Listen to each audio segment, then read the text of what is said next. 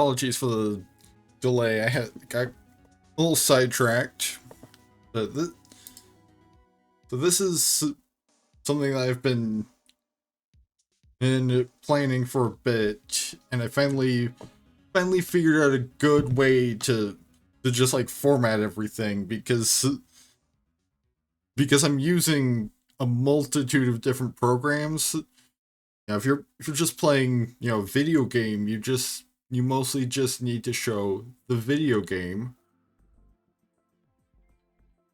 But when you've got like random generators, Roll20, the GIMP, but Notepad and Excel all being used, you kind of need a multitude of different captures.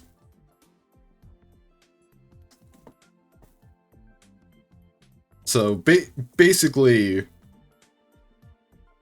the idea behind this is like, given how popular it is, I would imagine most people watching this are probably aware of AI Dungeon. It's often branded as D&D without a game master. Well, there's been a way of playing tabletop role-playing games without a game master for who knows how long, possibly longer than I've been alive, certainly for most of my life. And it's called just breaking out a Game Master emulator.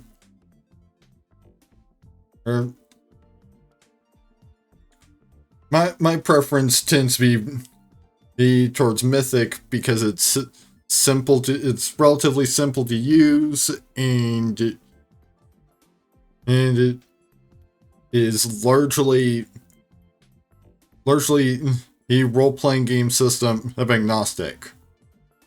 Like, you can use it with just about any role-playing game out there, and a lot of your success will be dependent less on Mythic accounting for it and more on, honestly, the game's ability to be played solo. Because like I've tried with some like the Powered by the Apocalypse systems, and a lot of those are honestly, a lot of the narrative heavy lifting seems to be on the more equally shared between the players and players and the GM, to the point that they can kind of lose something if you don't have multiple other people providing input, which really, one of the benefits of doing this live is that I do have other people that can do some of the heavy lifting. Because I am perfectly open to suggestions from chat on like how to interpret a result from Mythic, for instance.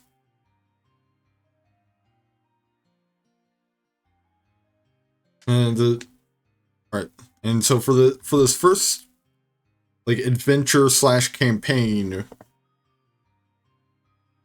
and I'm going to be using Pathfinder 2nd Edition because it's nice and familiar and relatively simple.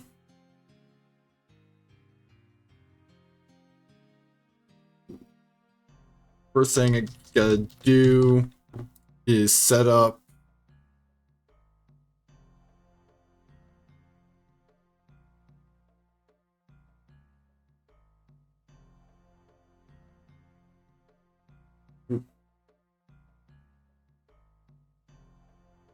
a quick make Roll20 game. Yeah, I ended up creating a new account because like I've got personally identifying information tied to the account that I already had. So it's gonna be running me through all these tutorials and everything. Alright, so basically, one of the first things that we're going to be using the mythic system for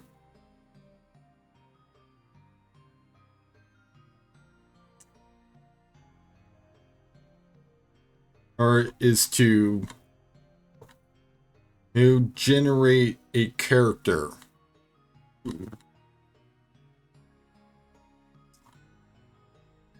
So I've just pulled up Mythic Magazine number 8. Because that features a backstory generation system, which will basically be the first part of creating this character. They'll be sort of our main protagonist.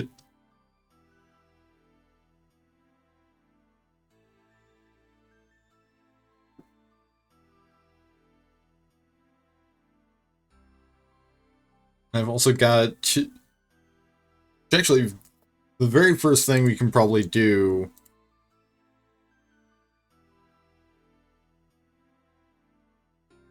is pick out our ancestry.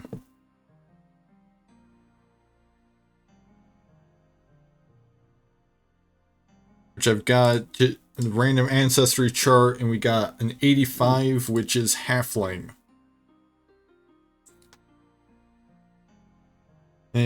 So our main protagonist is going to be a halfling of some variety.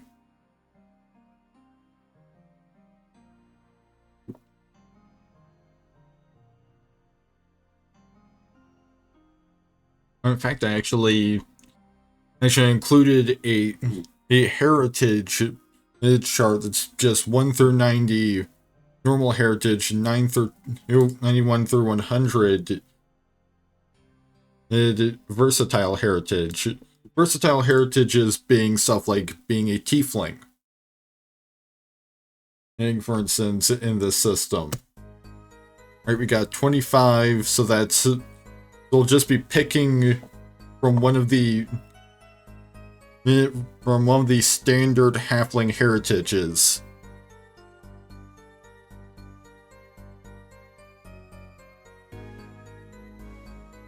Now...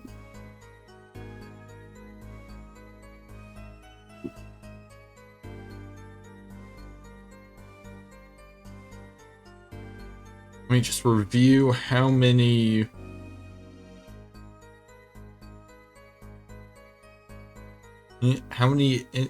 roles we need to make on the backstory or a focus table.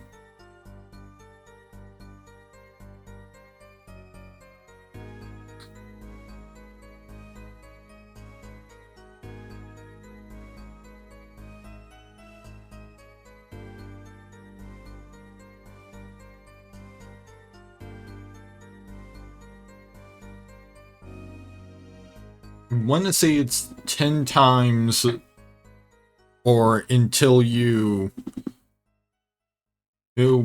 roll an 87 to 100, which is complete.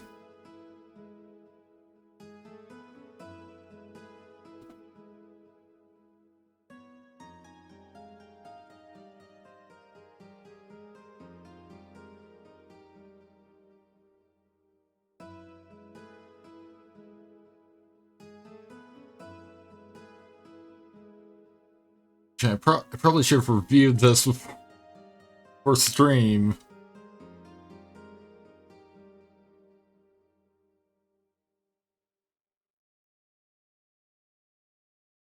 Okay, up to 7 rolls. Rolls on the focus table.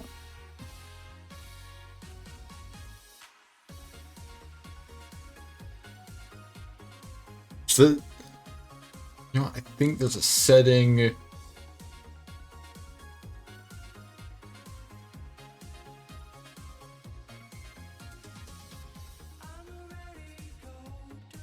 Yeah, there we go. This will add a little bit of visual interest. Rather than just being me, showing you a blank ink roll 20 map. Now we have 3D animated dice. And it used to make things a little bit more interesting to look at while we go through this process. However, we're going to be going back and forth between that and Notepad, so I'm just going to move that down there because server Notepad document is all the way up there underneath it. So our first result was a 13.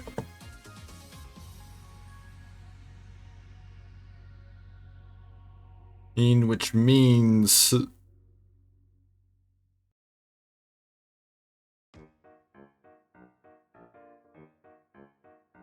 new NPC, so that's somebody that this character knows.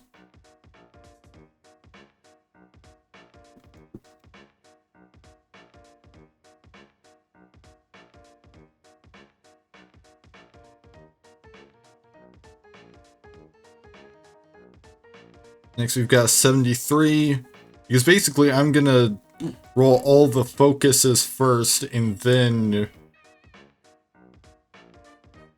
73's connection NPC to NPC.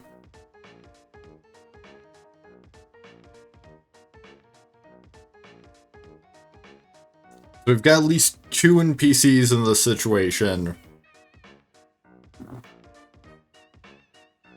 In fact, that's probably a good time to bring up our charts.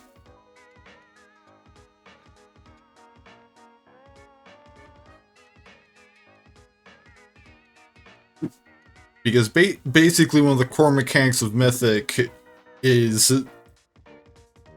these 2 formerly D10, now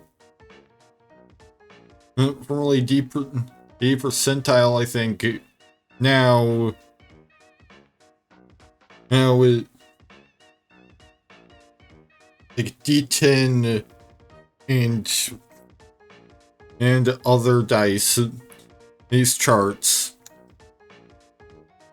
Alright, so NPC 1 is the NPC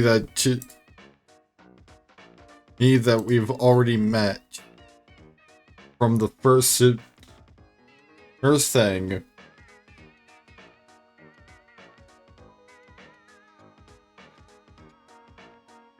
NPC 2 is the NPC that either they are connected to somehow.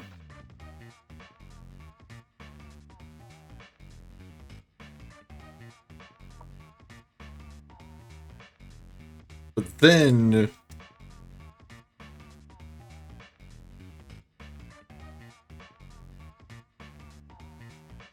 I'm just gonna say that it's just these 2 NPCs.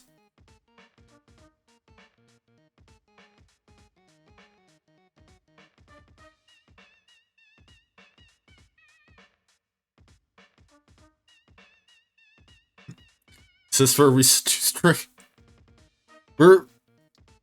we're ways away from seducing any dragons, I think. Ain't Nerdy Sakura?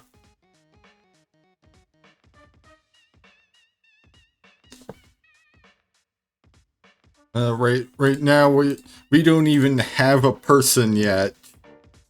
Like all we know is that we are a halfling with the 2 NPCs they know. Oh, nice! You're working on your first 2E character.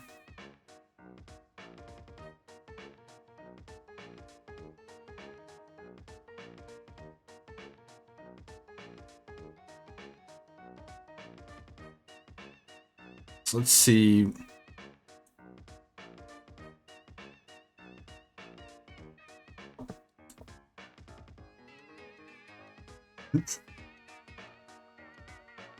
All you have is a lot of panic.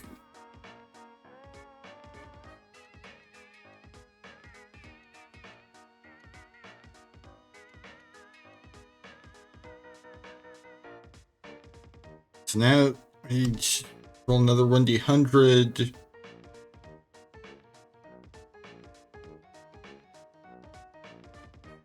Alright, so for a third backstory event,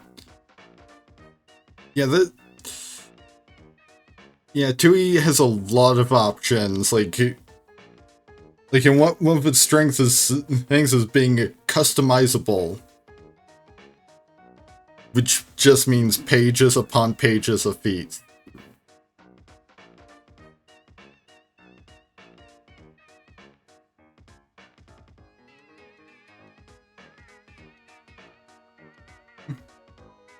It's a 50.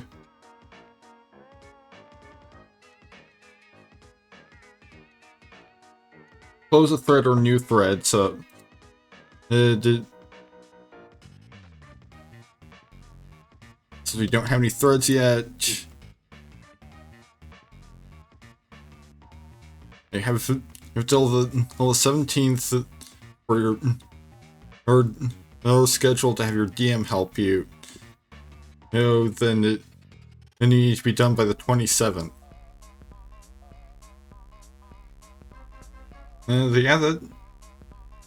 That seems like a fair bit of time.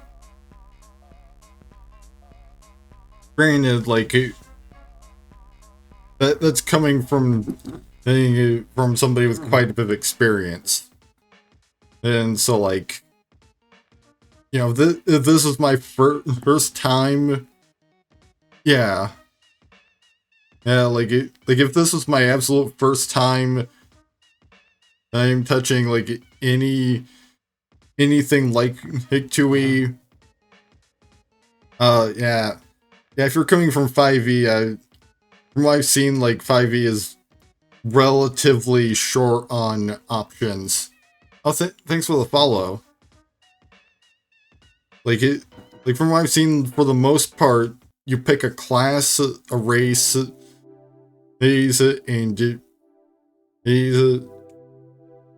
your equipment, and your spells of your spellcaster, and your subclass, and you're just about done. Oh yeah, and background.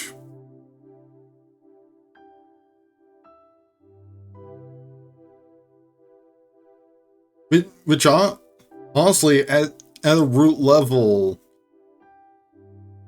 like they talk about the ABCs of building a character in Pathfinder, and that's basically class, race, and background, only with different names because it's ancestry.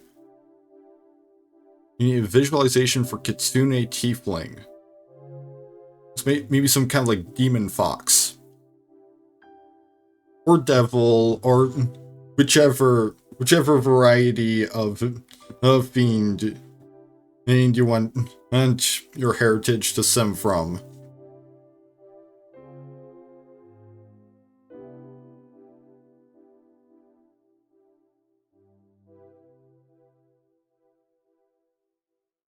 I think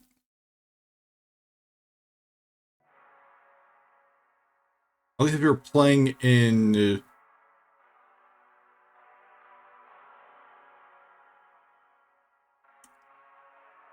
like you could go for maybe something that's basically like a Vulpine equivalent of a Hellhound. And like just like a flaming fox with horns.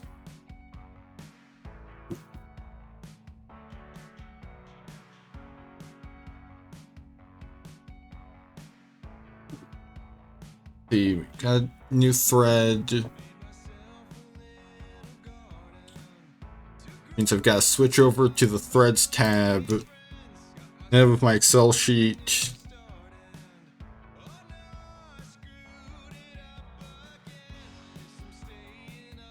But you could you could just see about like googling like demon fox or something,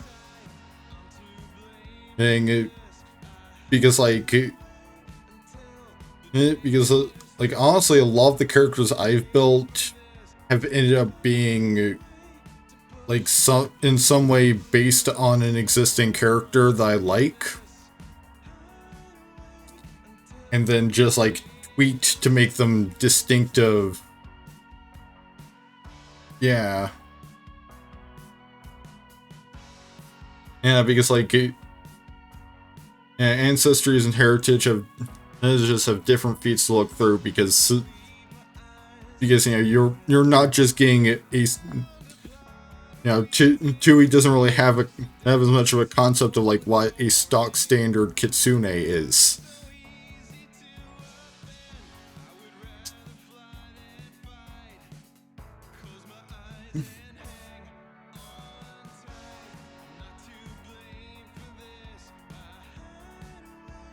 Red one.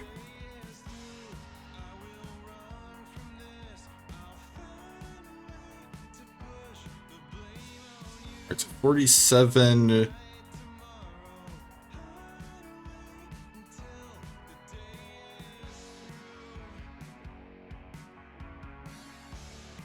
And close a thread or new thread.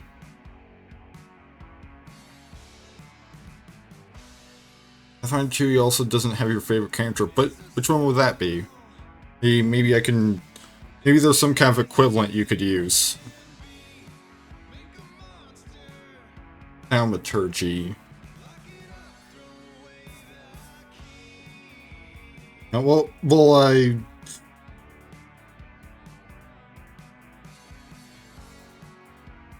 to see what thaumaturgy does.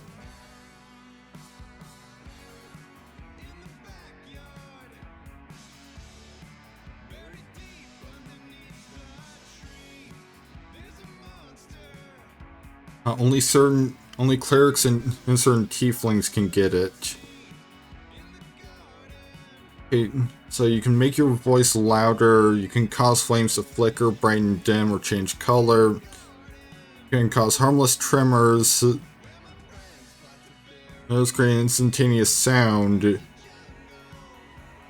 it's like cause an unlocked door or window fly open or slam shut. Or alter the appearance of your eyes for 1 minute. Yeah, I think that's basically a mishmash of multiple 2E spells, I think. Like one of them definitely sounds like it's ghost sound.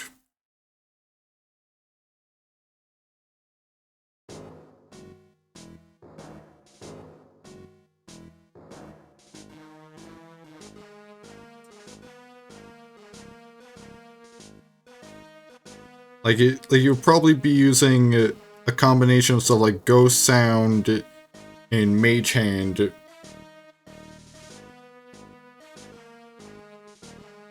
Maybe some kind of minor illusion.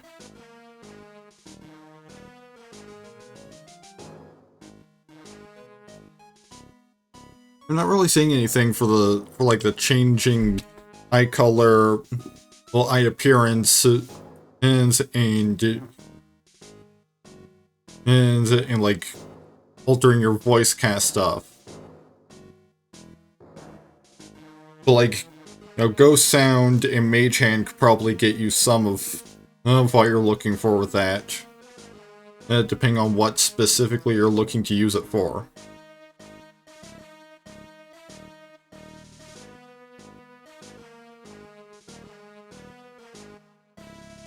47.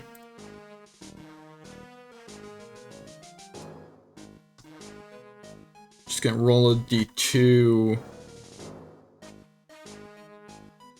Alright, got one because it's another close or open thread. It's basically thread 1.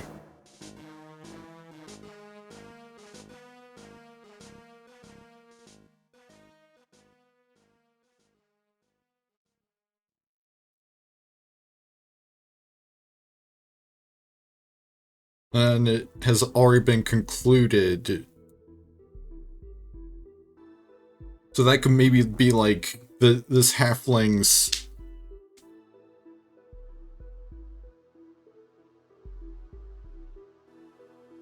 Yeah.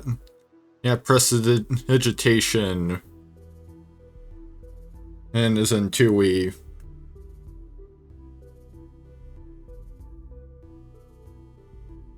Yeah, yeah, like, especially if you're in like a home game rather than in Pathfinder Society, like your DM might even be willing to just like make a version of this cantrip for you to use.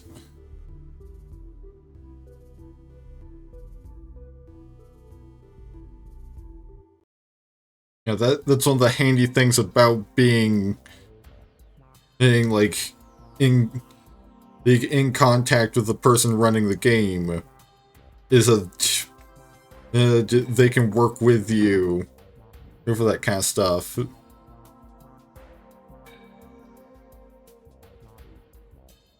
Yeah, I think prestidigitation can do stuff like it can flavor items, and it can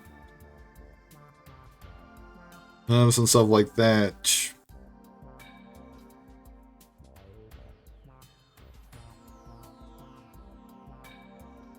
Yeah, you can cool, warm, or flavor 1 pound of non-living material. Slowly lift an unattended object of light bulk or less than 1 foot off the ground. Make a temporary object of negligible bulk. That looks crude and artificial and is extremely fragile. Or color, clean, or soil an object of light bulk or less.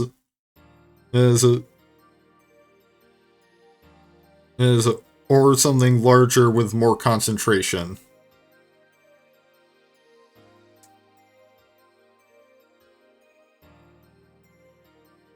Yeah, that definitely seems like, you know, you could talk to your GM about it. He's like, I don't really know of spells that will cover everything that thaumaturgy can do. But like, you know, all of it seems small enough, given that it's a cantrip, that someone could probably just slot in a custom. Someone could probably just slot in a custom cantrip without breaking anything.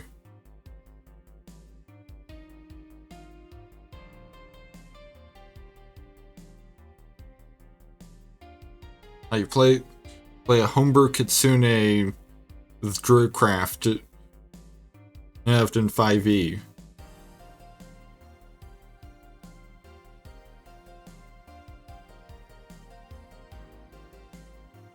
The third one has already been concluded.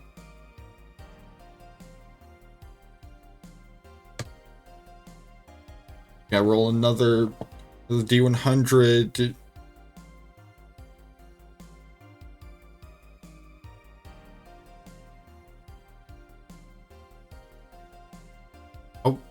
Oh wow, like I guess playing 4 campaigns, like I assume that these aren't meeting like super frequently, because like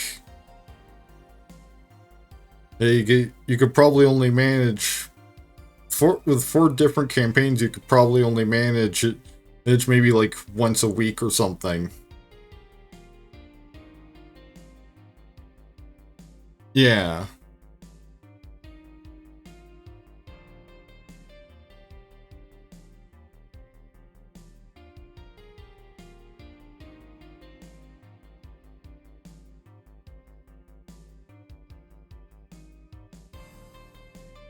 So that was an 87.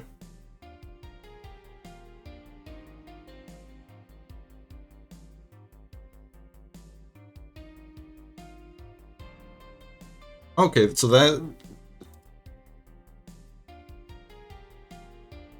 I believe that means that this backstory is complete.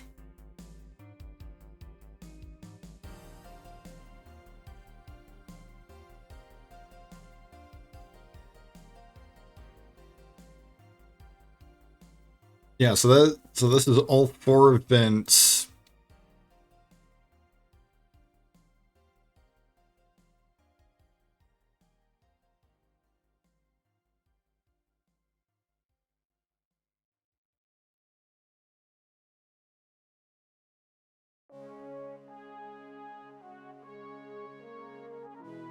How you play?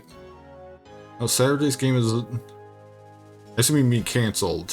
Well, because the GM isn't well. You play anyone on Twitch on Sundays. He's cool.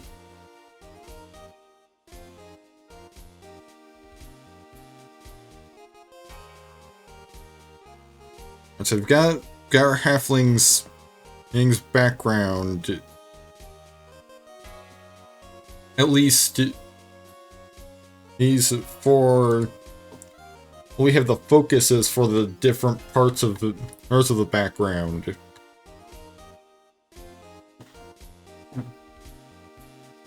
And which means it's time to start using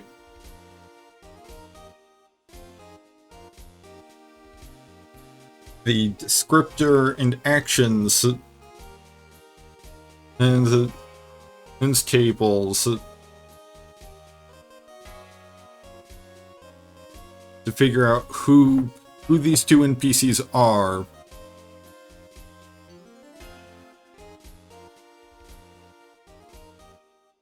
Your tiefling is an innocent 16-year-old who was willing to travel for fame, and she's so innocent that she doesn't realize her weapons deal lethal damage and didn't know what magic was. Honestly, that sounds to me like that borders on Sheltered.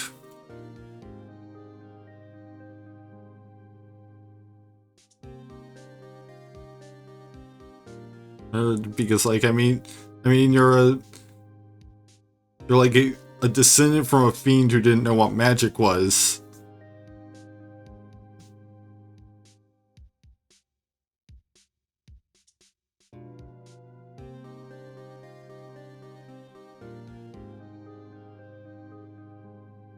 And she was sheltered for sure.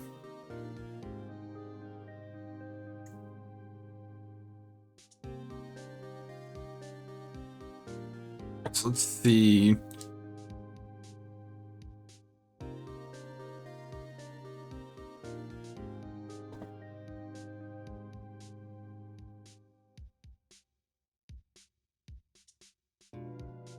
For NPC 1, mother's human, her mother's tiefling. For NPC 1, we've got description rolls of 5 and 48.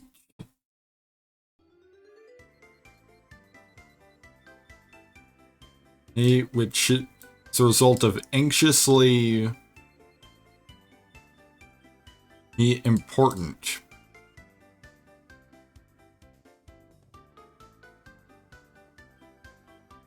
Instead of red or blue, no purple, no skin tone, she has human tones with horns.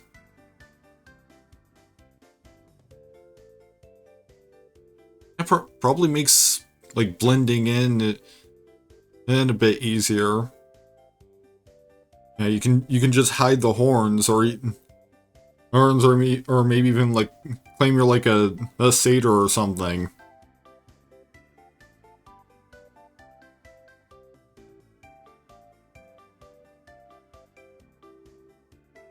Actually, I think satyrs are usually.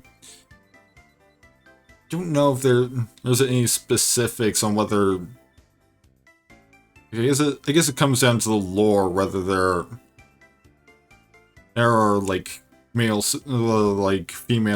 satyrs at all. Well, because there seems to be some variance.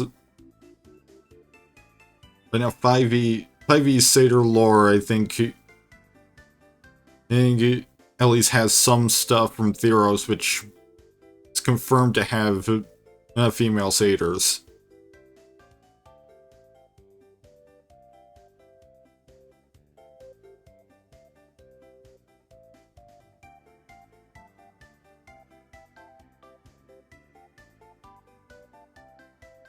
A kitsune from an entirely different world. Well, interesting.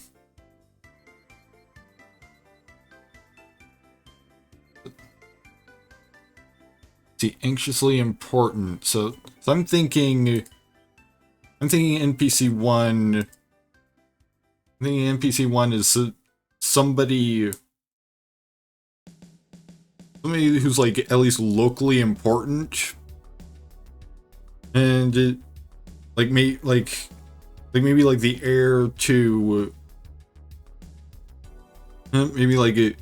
the heir to the local government or something.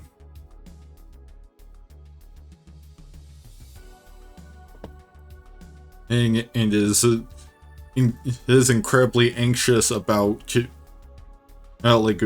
filling being a very important role someday.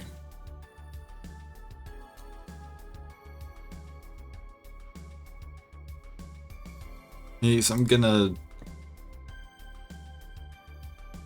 just label them as the heir for now. And maybe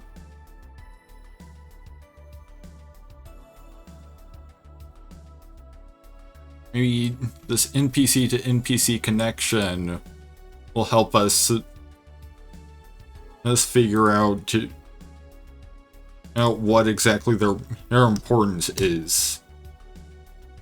But NPC 2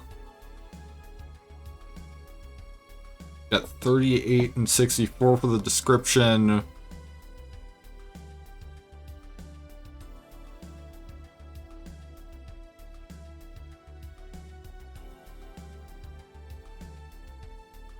And so we've got frantically messy.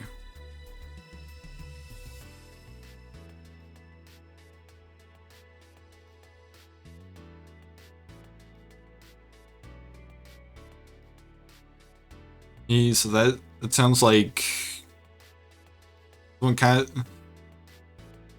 of frantically messy. Probably somebody that's like very very grimy, because they just feel they have better things to do than taking care of their hygiene. And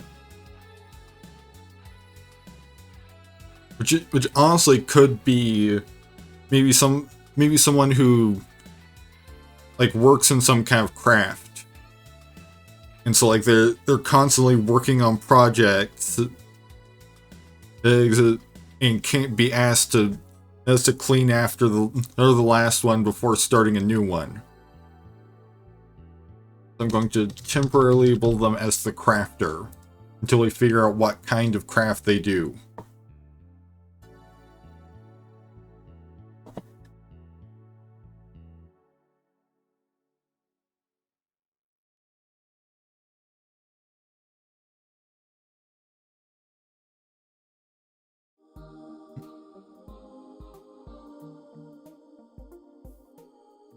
Then I got a 97 and a 100. A 97 and 84, not 100.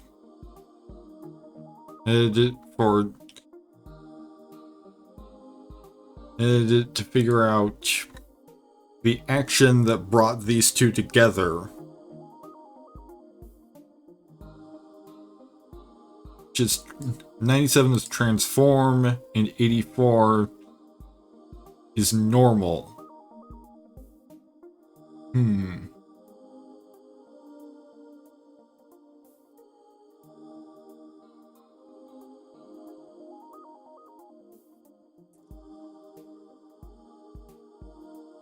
like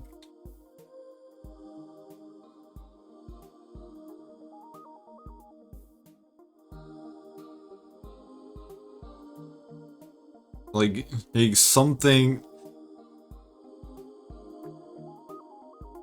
like transform normal would probably be one of two things. It would either be because the heir is anxious about the important role that they are born to fill. Transform normal could mean becoming normal. Well, i.e., attempting to abandon in this role of great importance, or at least take a break from it. Like, you know, this could just be some commoner that doesn't treat this heir as somebody big and important, because they just kinda treat everyone the same.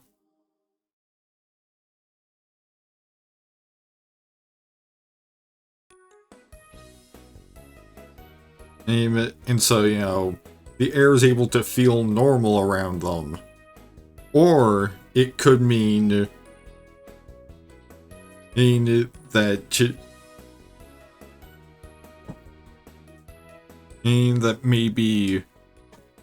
maybe connecting with the heir has elevated this person's standing, thus transforming their normal to something else. Or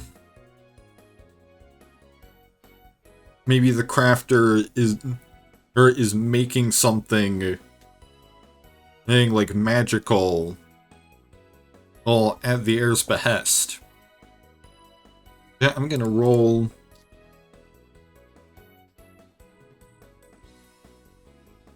like a D3 and pick between those ideas. Yeah,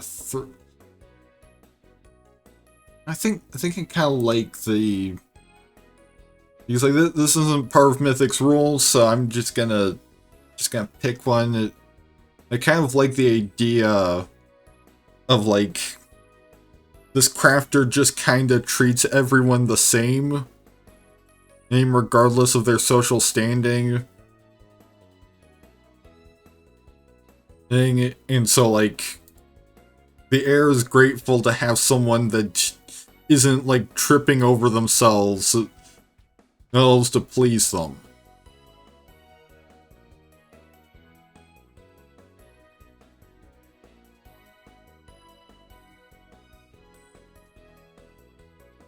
And now for the thread.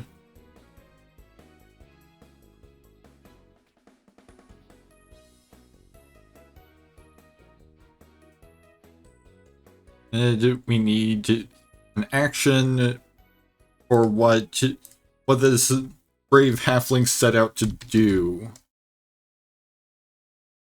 That's a 5 and an 89.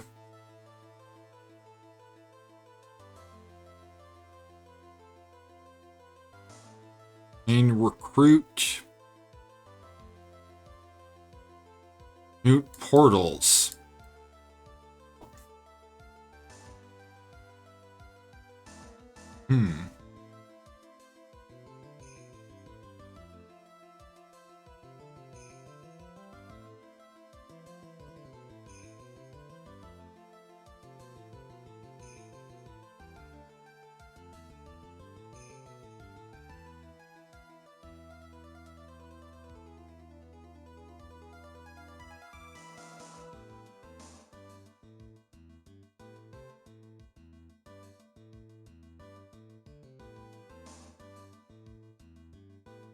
Maybe recruit portals.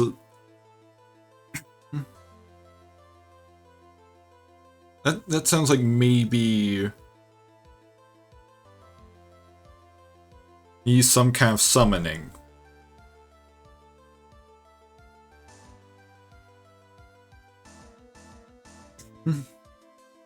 That could, and that's a, I'd say that's a pretty solid indicator of this character's class, as they are a halfling summoner. Or what kind of eidolon they have, we shall see.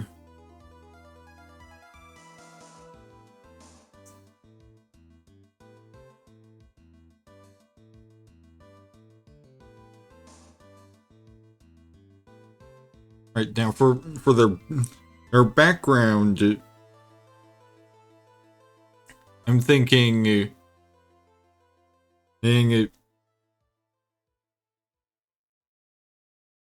rather than rolling on any kind of chart, I'm just gonna kind of look at these three. Okay. At the connections that they have. I have to kind of pick a background based on that, because I'm gonna say that this is perhaps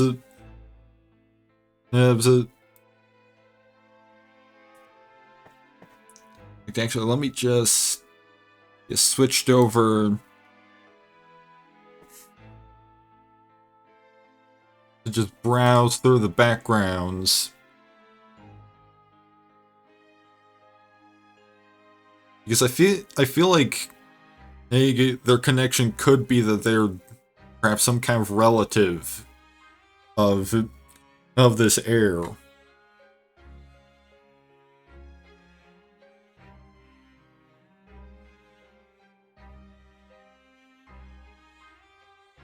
There's the one background I'm immediately leaning towards is noble.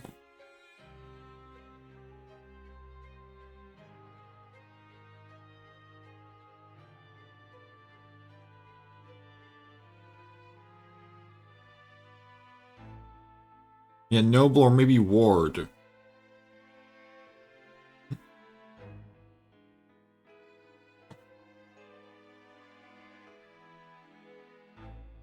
Alright, so let's go for noble. What exactly halfling nobility looks like, I'm not sure yet.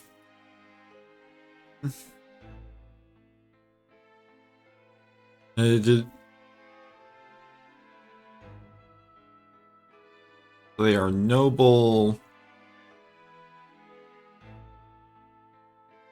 which grants 2 ability boosts, one must be to intelligence or charisma, the other is free.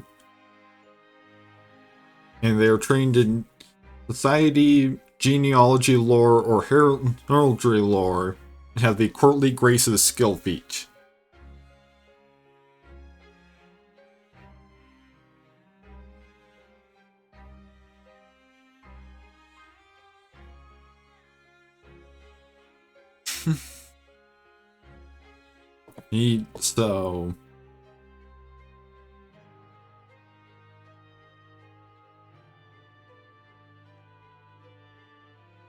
So that means that we now have a selection of eidolons we can choose from.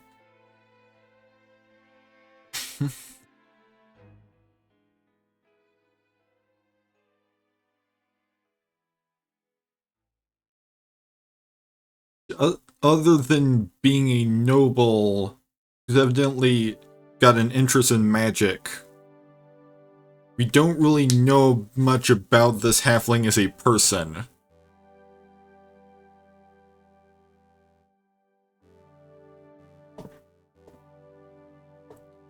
So what I'm going to do is I'm going to make a few rolls using a system that I'm borrowing from Dice Try to assign up to 3 to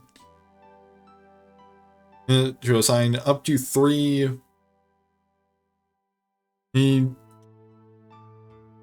he chose colors for Magic the Gathering, and we've got 2, a 3, and a 5.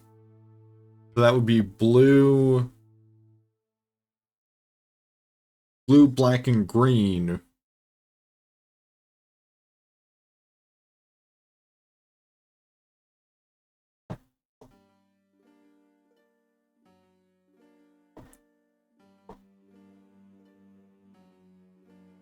And so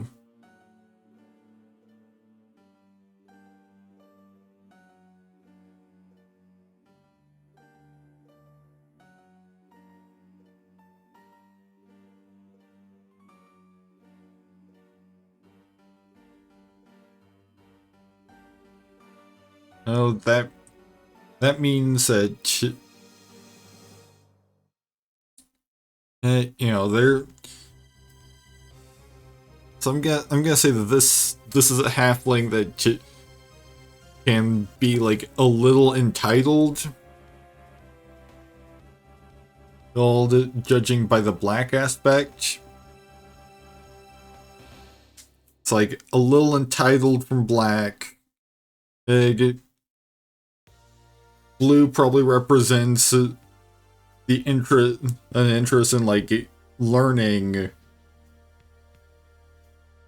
and particularly learning things about magic.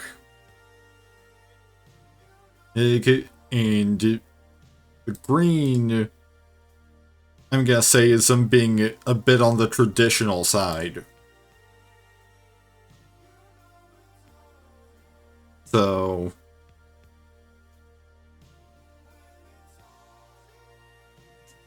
you know, basically entitled,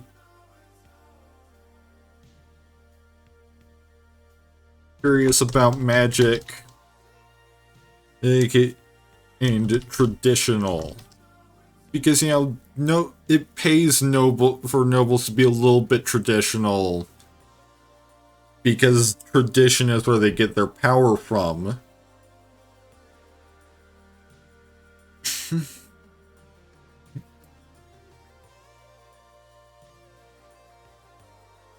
But, you know, this collection of personality traits, particularly being entitled and traditional, has potential to be kind of to create kind of a sore spot with their sibling, who just kind of wants to be a normal halfling.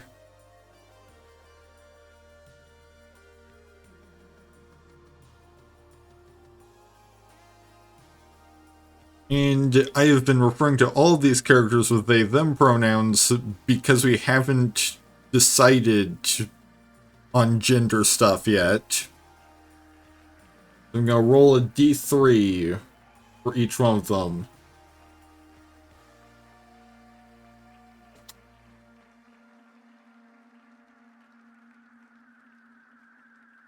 So our halfling is a lady. The heir is an heir with they, them pronouns.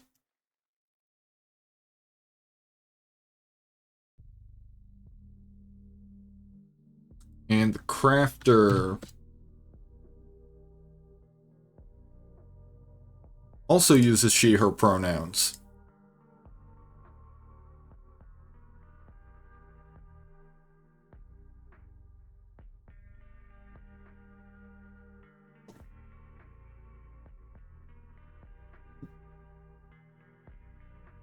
Alright, so now we need to decide on. Now it's time to basically just start building the actual character.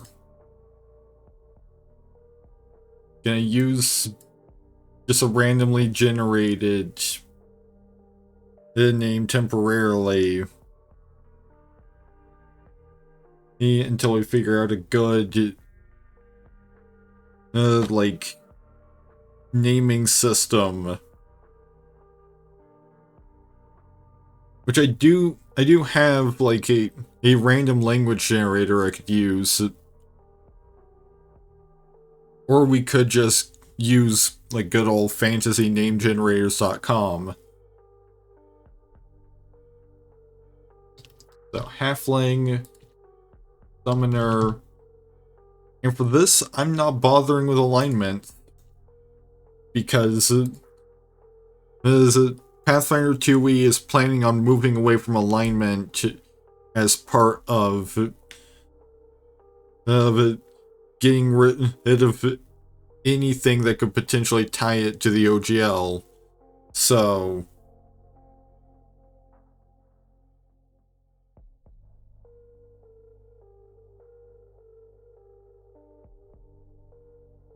basically, I'm not gonna bother with alignment. I'm going to use the no alignment rules from the Game Mastery Guide made for this as a future-proofing measure.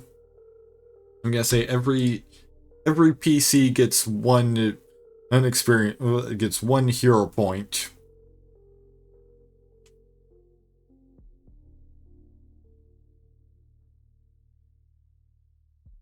So naturally, as a summoner, we're going to want good charisma.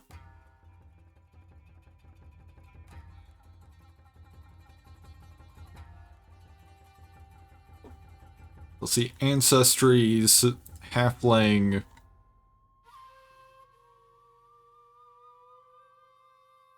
Halfling gives us a flaw in strength. Technically, we don't have to take the flaw anymore because as you can just basically use the two free bonuses that humans get. Now let's roll a d2. 2 will be, we're just going with 2 free bonuses. And we got a 1, so we're going for dexterity, wisdom, a free bonus, and a flaw to strength.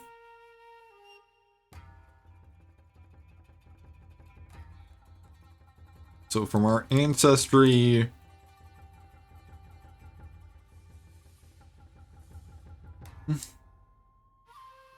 just our ancestry, our stats look like that. And then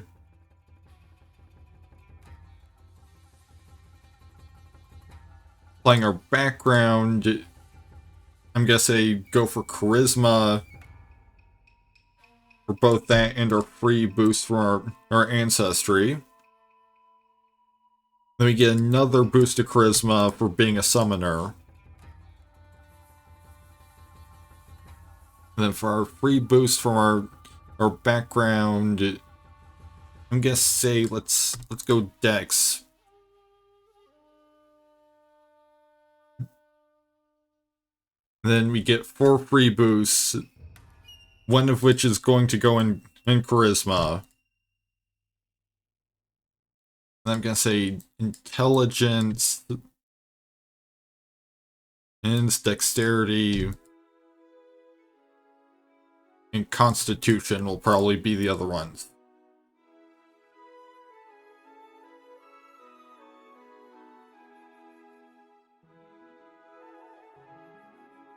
Then our ancestry provides us with 6 hit points.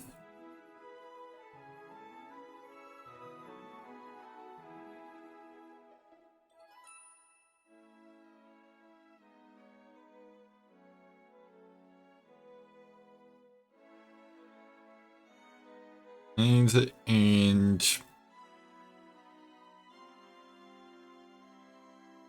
then our class provides us with another 10 plus con. On for a total of 17.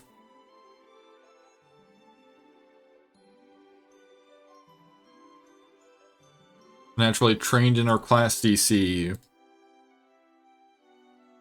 Plus fortitude. Plus all the saves. With an expert save in even will.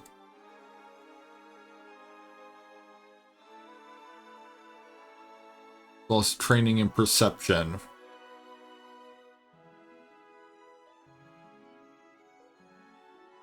we still haven't decided on our Eidolon. And so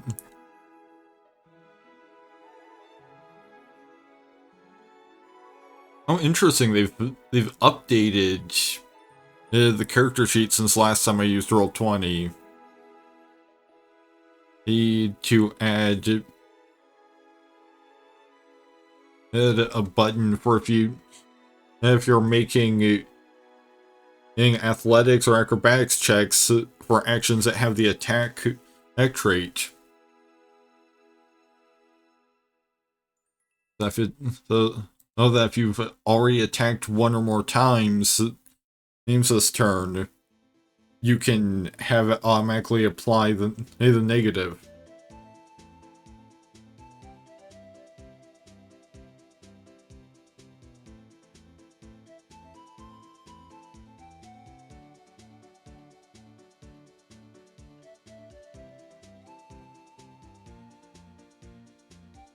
So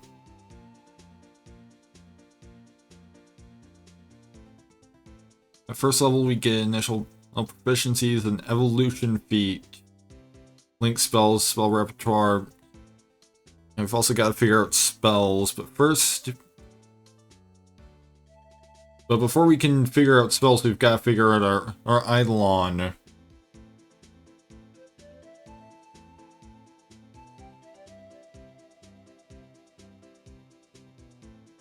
Alright, I'm gonna say that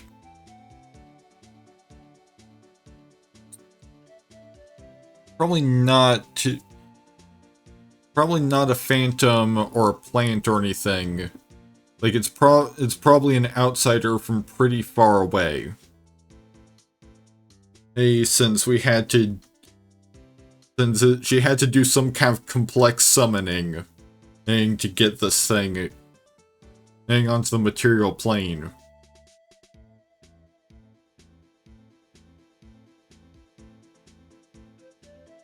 Like I'm gonna say probably something from one of the outer planes. Which means either angel, demon, and fae, psychopomp, or undead.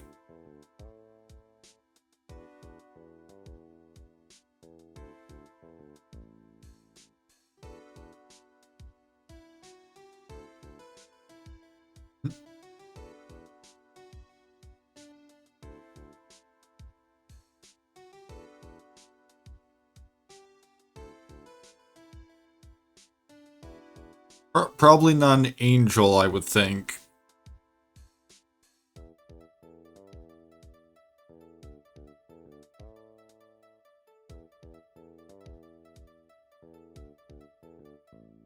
Thank you.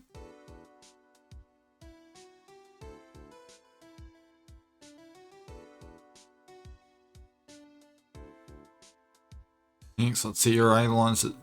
See, we can. That would mean either demon, psychopomp, or undead.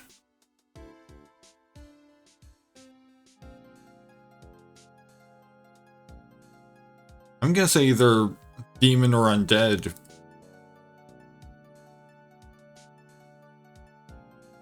Roll 1d2 and the 2, so we're going undead, which is a newer form of Eidolon that I haven't really looked at all that much. Just because it was added in Book of the Dead.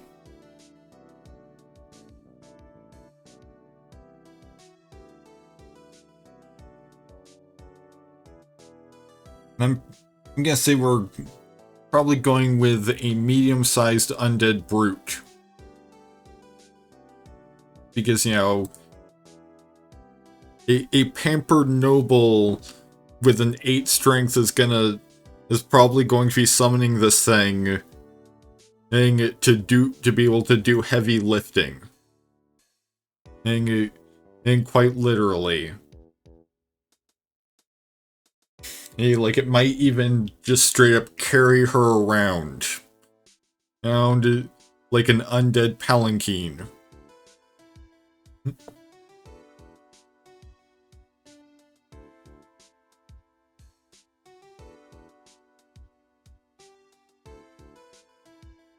Alright, so this is going to be the Eidolon's character sheet. Need purely for for stuff like the difference in ability scores, or in other special abilities it has. That is because skill proficiencies and because of like skill proficiencies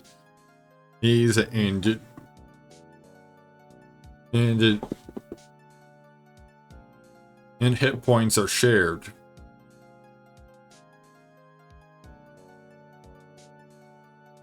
So the easiest way to manage that will be to just give it the same. Once you sort out all of the halfling's proficiencies, will be to sort out then just make all of them match. Edge over here.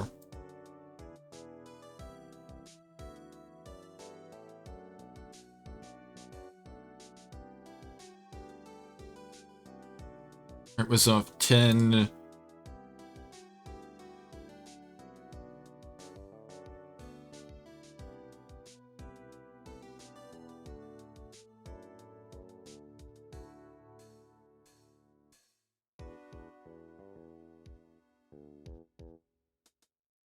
And that's the...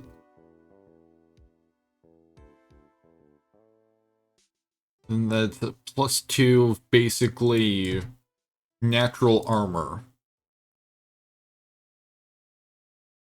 So, you know, a big hulking like zombie or something. Although it's worth noting that this thing was summoned and from the negative energy plane. So like you get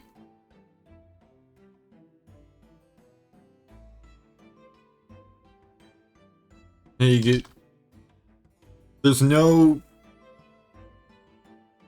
actual like corpses. It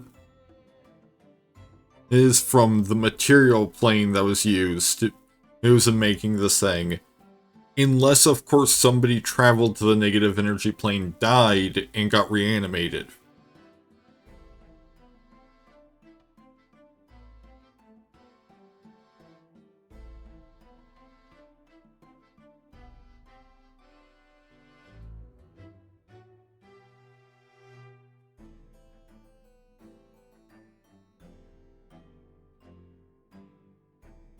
And, right, so...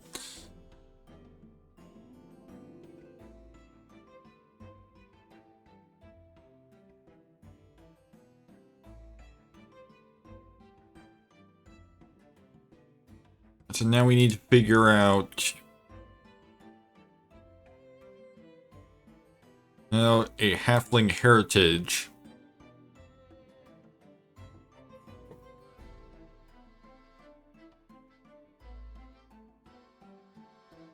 So you've got Gutsy, Hillock, Jinxed, Nomadic, Observant, Twilight, or Wildwood.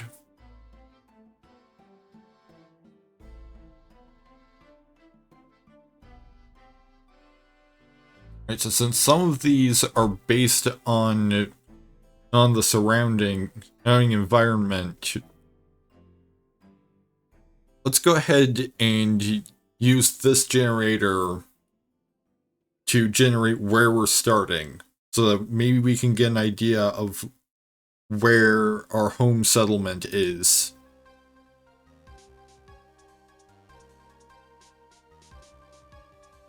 Okay, so we're apparently starting on a medium ship with 5 to 20 other people.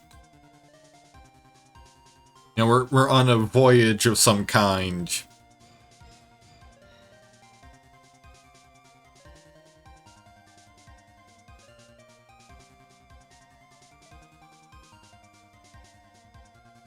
So I'm just gonna pull up ground rules generator, which is used for generating terrain, as well as the things in that terrain. Go for A1 random, desert. We're from a culture of desert halflings. So you can rule out wildwood.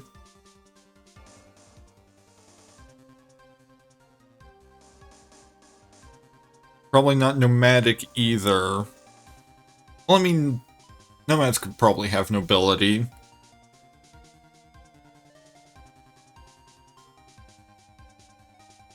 Let's see, gutsy. Known for keeping a level head and saving off fear. There when the chips were down.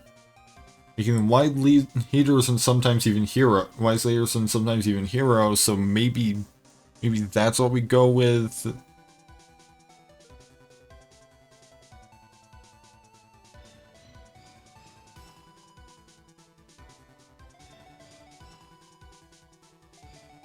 Yeah, like since it's talking about leaders, I'm gonna go with gutsy. Which means that when we roll a success on a saving throw against an emotion effect, we get a critical success instead.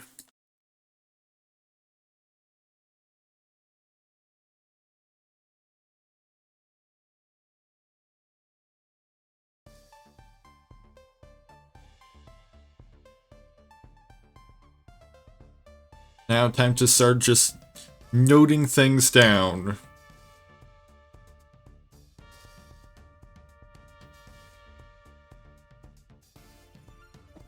Own it for easy access.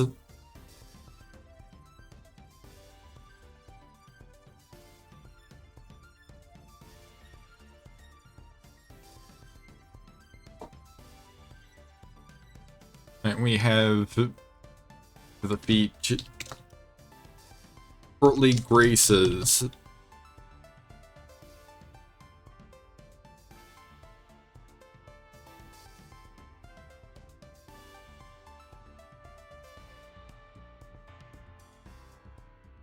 Which basically means that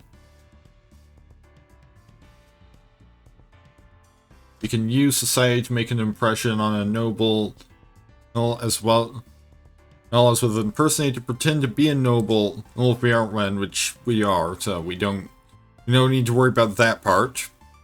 At most, in foreign areas, we might need to use that to try and get people to respect our nobility.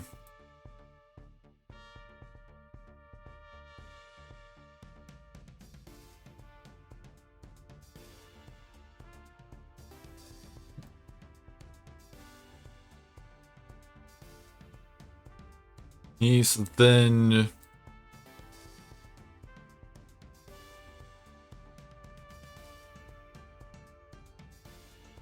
our noble background grants us training in society.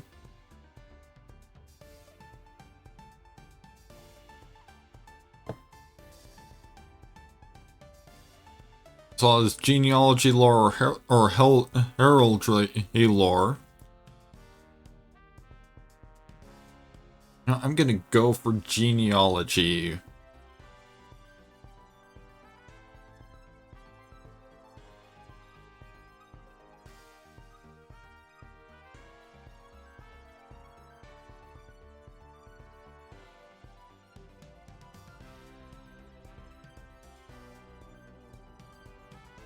We got a +3 in genealogy lore.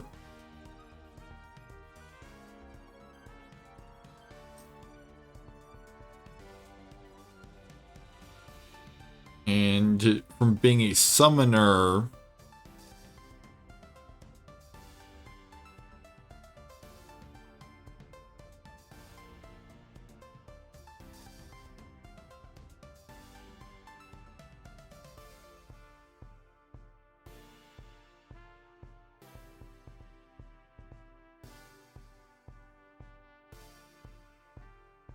or we have training in a skill specified by our Eidolon. on which is the Undead Eidolon. We have training in Intimidation and Religion.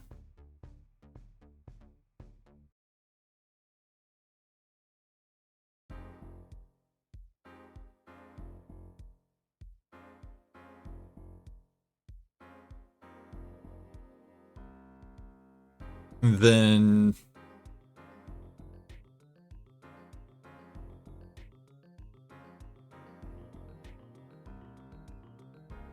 beyond that, we have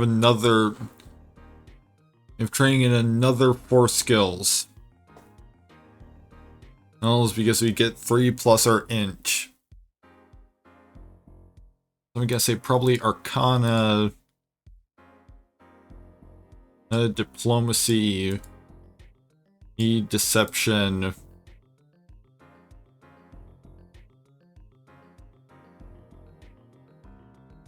Maybe Performance.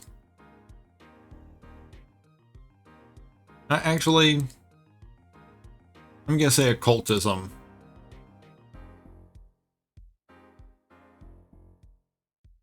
You know, get training in all of the more sort of studious types of magic.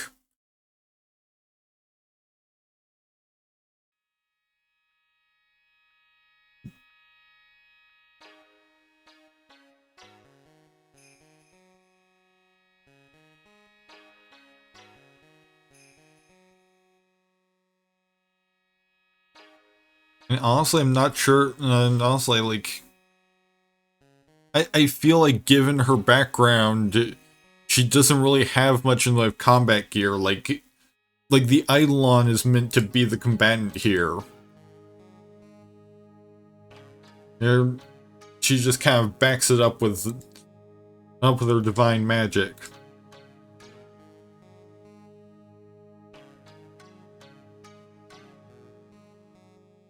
Trained in divine spellcasting, is a spontaneous caster.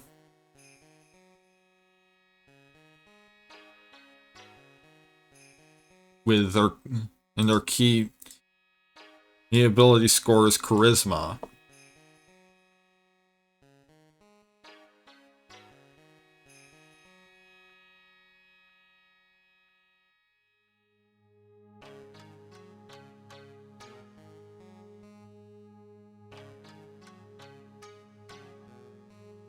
So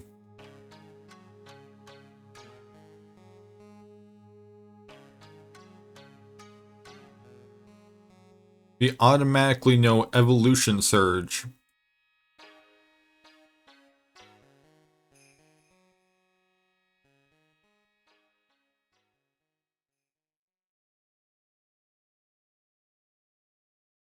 Surge as a link spell, which basically means that you uses our one focus point.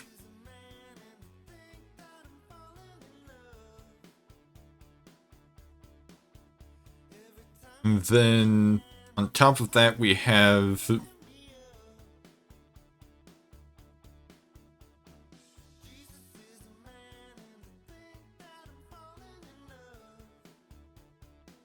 a spell repertoire containing 2 first level divine spells and 5 cantrips.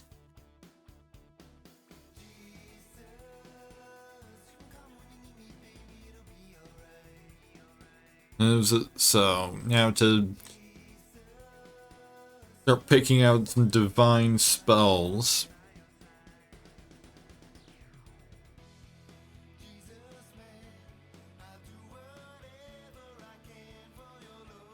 Interestingly, I believe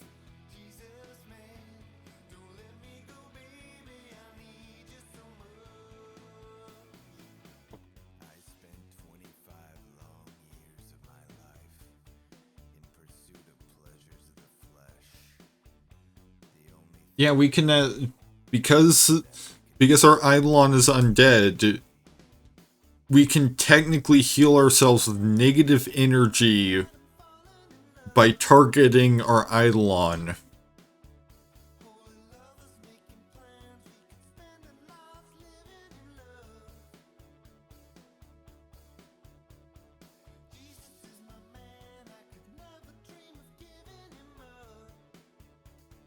And so...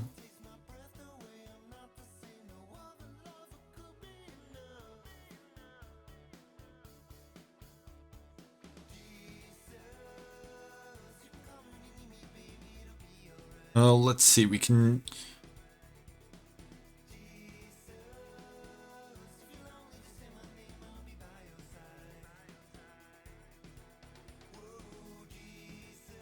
For cantrips, I'm thinking prestidigitation.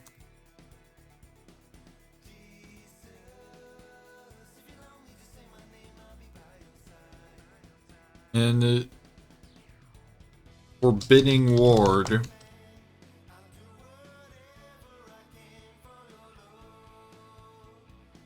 Or light shield.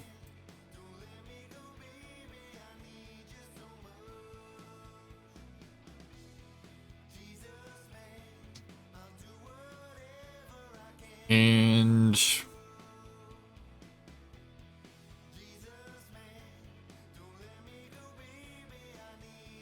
oh, protect companion. And that makes sense.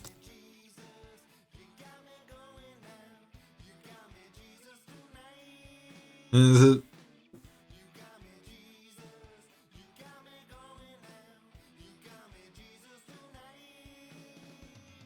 And because, you know, as much as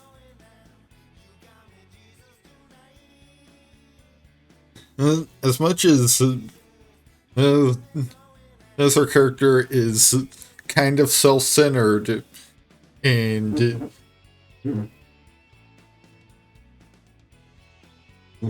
our Eidolon is probably mostly thought of as a thing more than an entity, it's at least useful to protect it because because if you don't protect it, for one thing, the summoner will... First of all, if you as a summoner don't protect your Eidolon, you're liable to start dying. And right alongside it, and you know, if you lose your Eidolon, you've lost the usefulness of the Eidolon. So I don't believe Eidolons are counted as minions.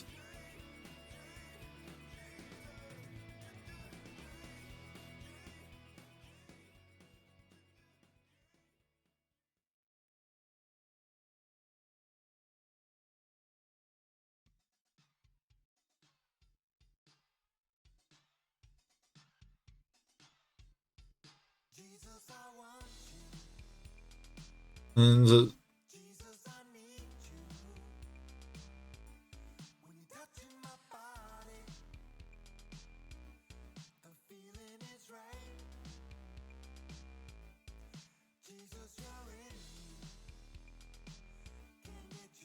and it's because I believe it's specifically...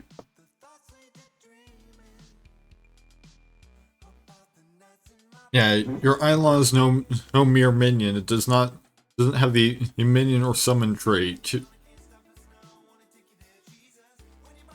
So there's not much use in picking up Necromancer's Generosity other than as a useful thing to have if we're summoning other undead. But you know, we might as well go for Animate Dead.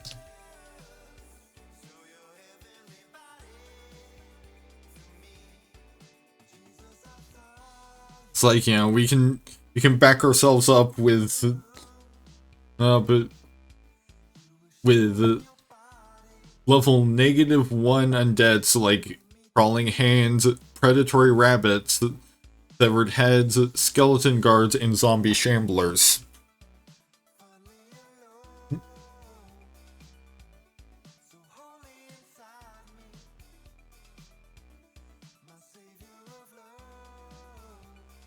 Then we've got to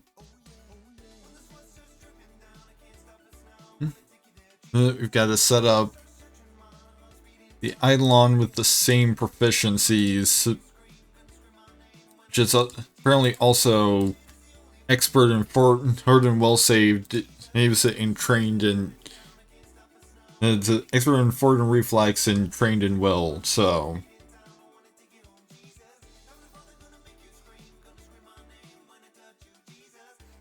And it's going to be trained in Arcana,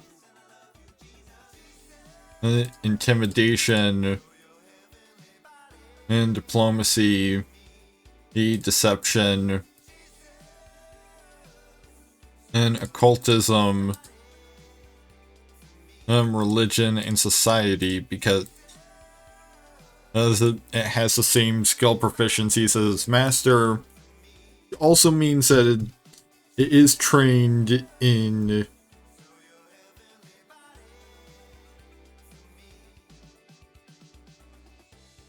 genealogy lore.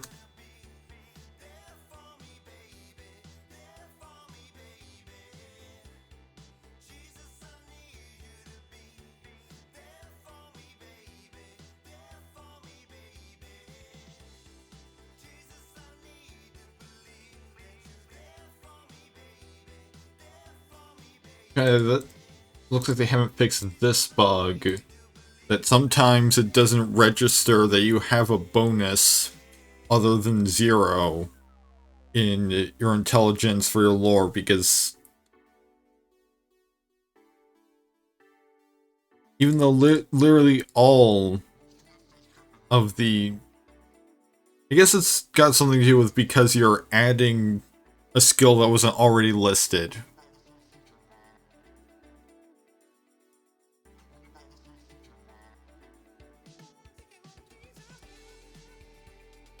So now...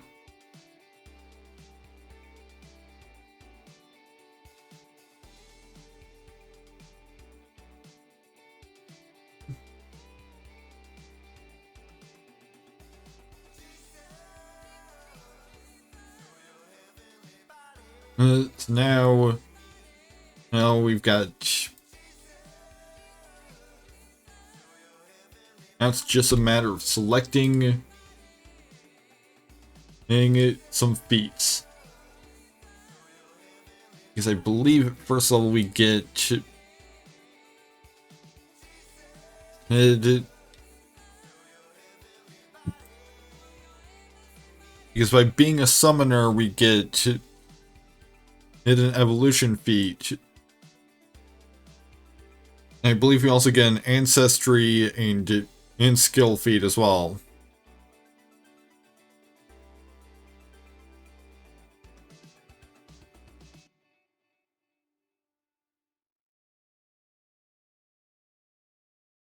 But from our heritage, from our ancestry as a halfling, you go for adroit manipulation, distracting shadows. Oh, adroit manipulation is actually uncommon. Because it's usually exclusive to a particular or ethnicity of halflings and Galarion. The distracting shadows, folksy pattern, halfling lore, halfling luck, halfling weapon familiarity, innocuous, intuitive cooperation, which is also uncommon, prairie rider, sure feet, titan slinger, unfettered halfling, watchful halfling.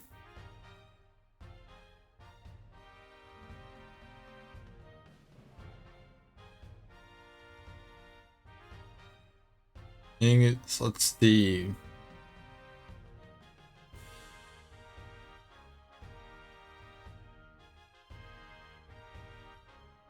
Maybe halfling lore, because passed down through generations of halfling tradition.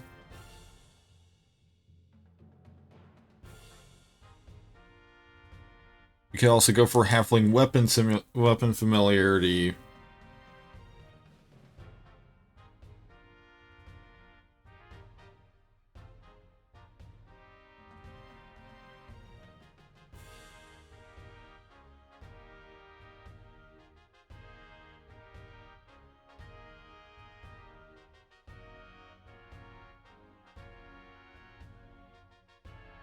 which gives us proficiency with the frying pan, sling, sling staff, and short sword, as well as and access to all uncommon halfling weapons.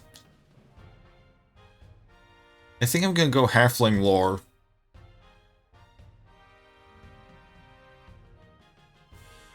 Which just means that we're trained in acrobatic stealth and in halfling lore.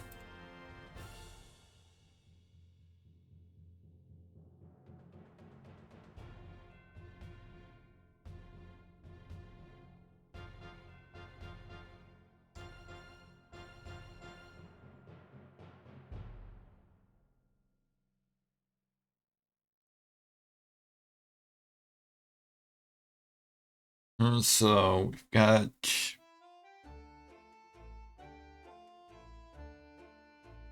that means that we've got training in stealth, acrobatics, and halfling lore on top of everything else.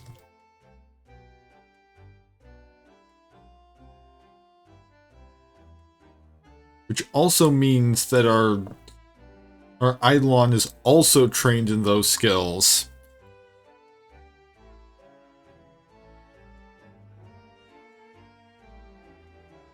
Acrobatics, stealth, and halfling lore for the Eidolon.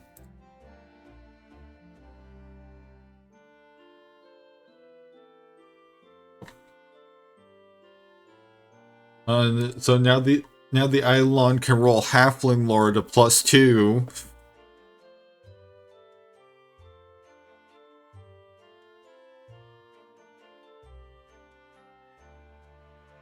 And for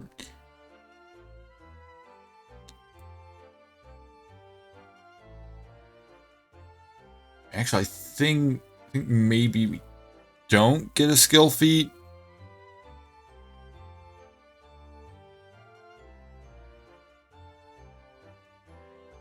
Actually, let me because a good portion of the time I just play versatile humans, so I'm guaranteed the option of taking a skill feat at first level.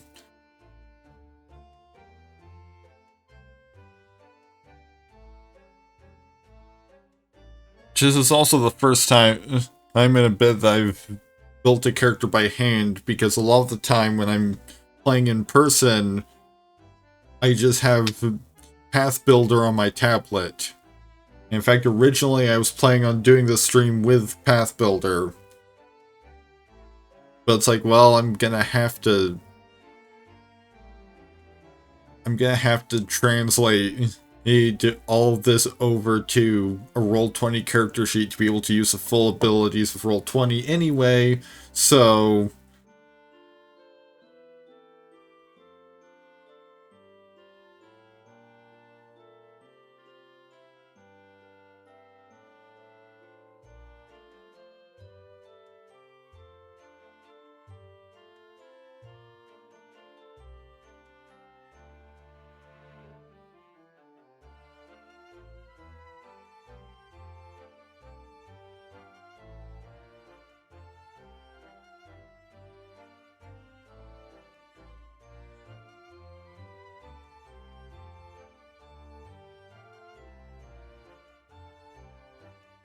okay, so it does not look like we start out with any skill feats other than the one we're getting from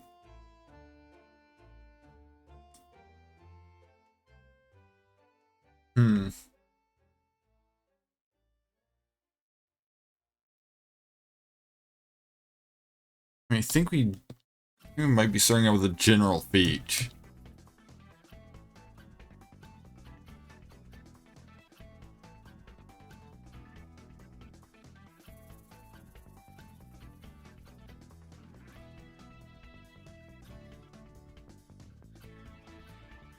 Because, like, I'm pretty sure the character that I built last has, like, 2 general feats.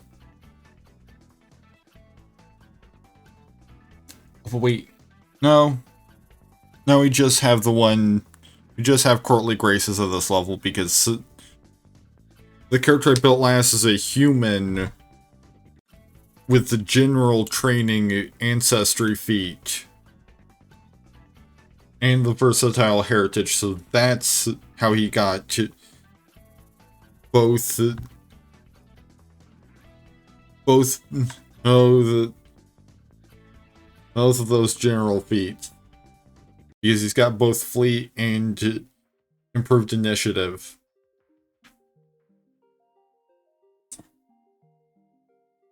So now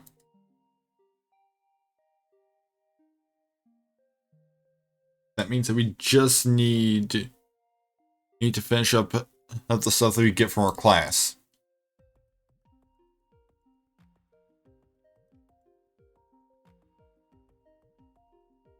Yes, which is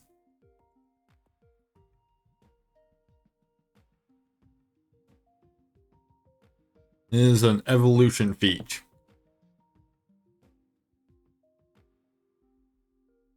They can pick up either energy heart, expanded senses, glider form.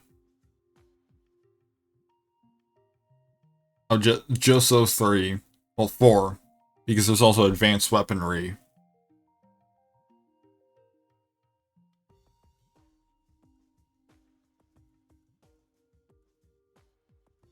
Now, I think we're going advanced weaponry.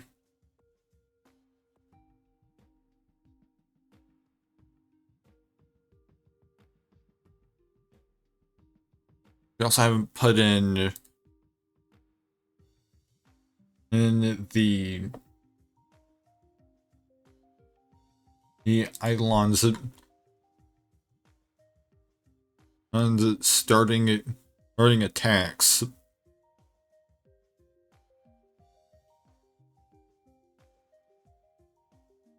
Which is suggesting claw off for slashing, fist for bludgeoning, and jaws for piercing. But it's not specifying how many we get. Okay, a primary and secondary attack.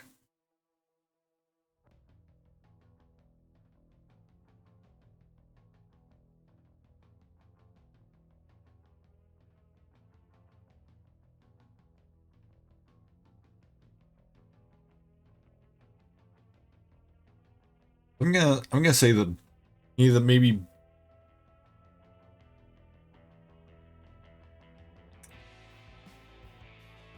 for the primary. I'm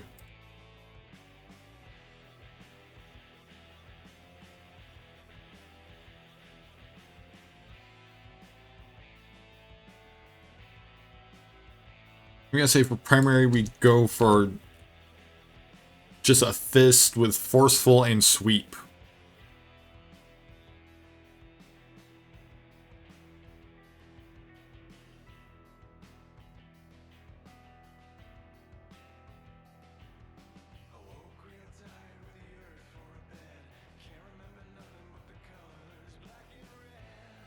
And that's a 1d6 attack.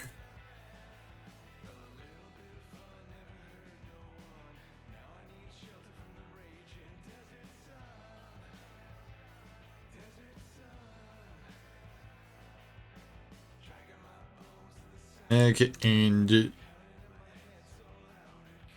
a bite will be the other attack. Which always has the agile and finesse traits.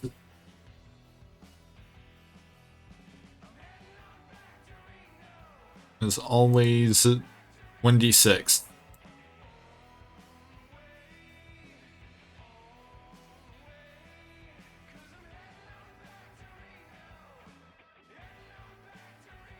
I think so. If we go advanced weaponry,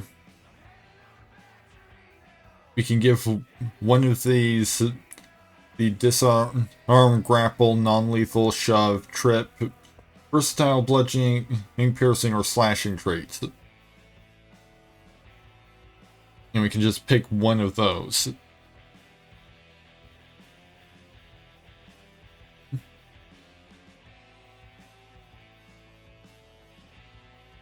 Or we could go for energy heart, expanded senses, or glider form.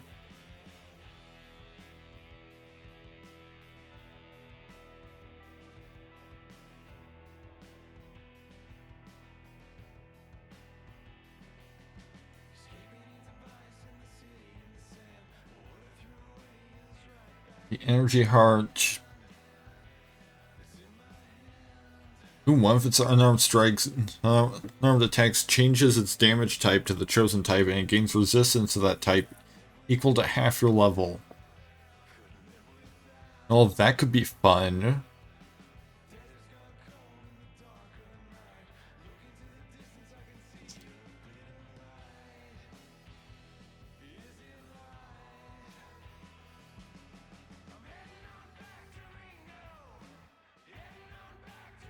And let's see.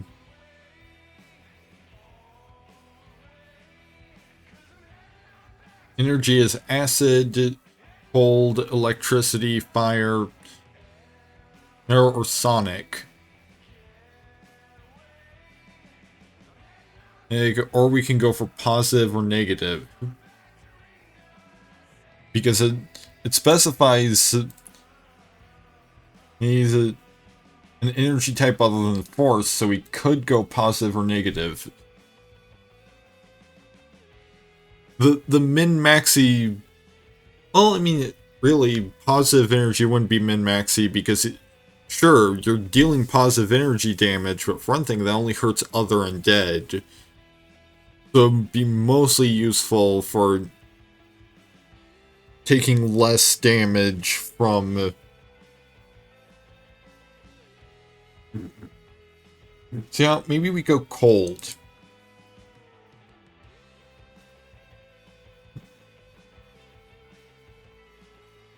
Because for balancing purposes, they specifically made it to where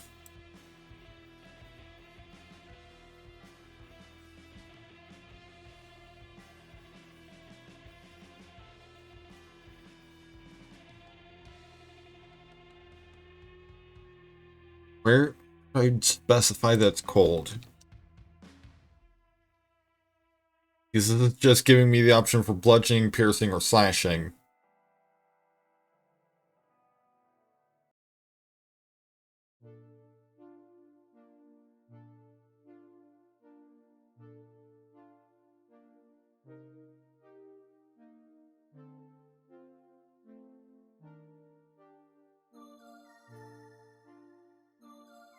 Because, like, you know, honestly, in a lot of ways, this is kind of... Like, this is the only way you can have an undead Eidolon that gets... Or really any Eidolon on it. Well, more specifically undead, because any other Eidolon you could go negative energy for... Or energy heart. And...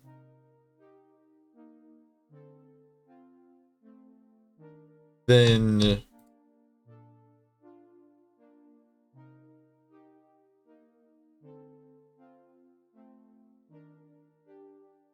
you would be getting the protection from negative energy.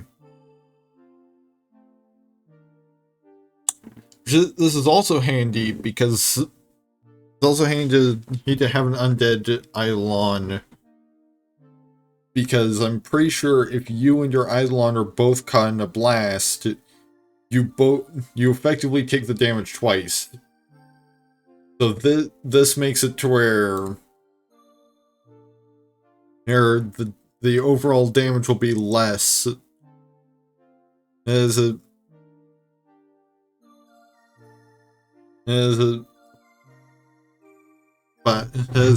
if we get caught in, say, like a 3-action harm. So now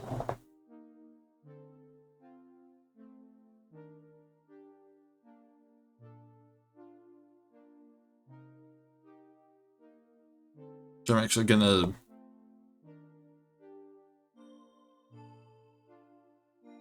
hit the screen briefly for this. I don't believe it shows my name, which it does not. I figured just in case.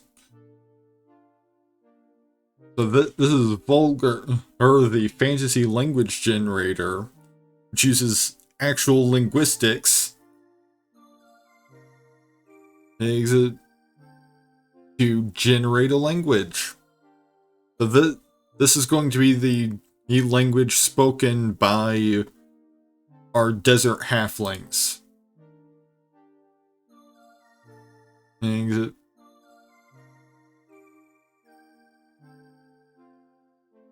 it is known as Yumi Huhi.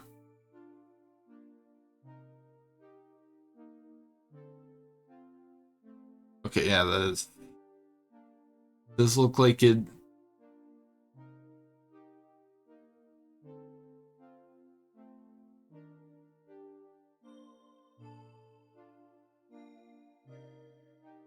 And Yumi Huhi, natively known as Yumi Hu.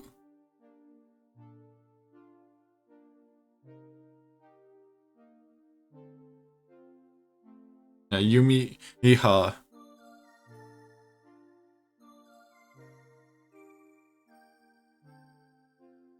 And this, and because we've got this whole vocabulary here.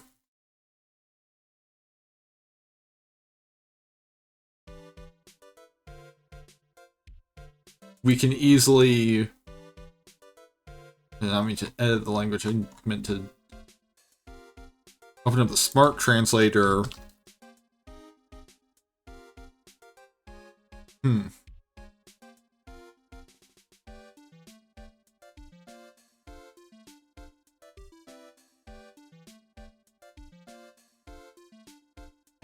Interesting, apparently.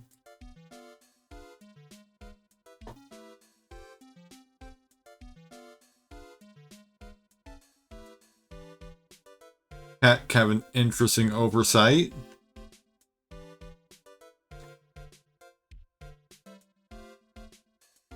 I need to not have words like people in the vocabulary.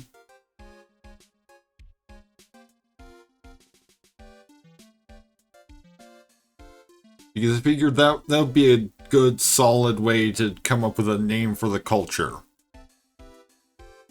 Because I feel like a lot of cultures tend to have names that are their word for something like people or folk, or more specifically the people or something.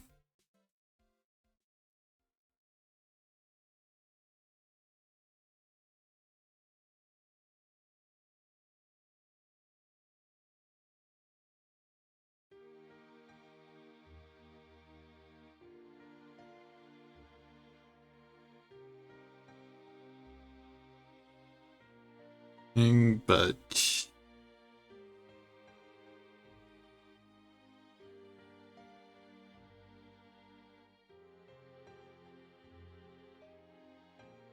that's hard.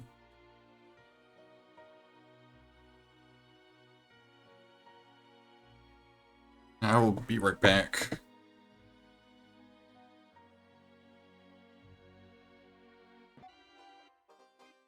Alright, I'm back and ready to basically finish this up because like it's already 3:28.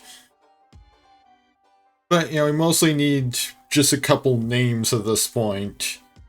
This is basically gonna be sort of session 0. Just kind of setting stuff up.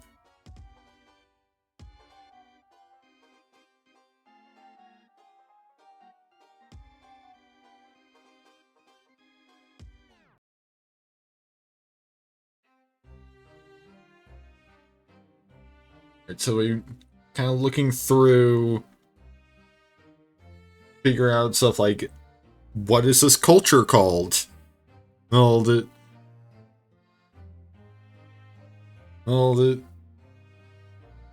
could go for the adverb for together.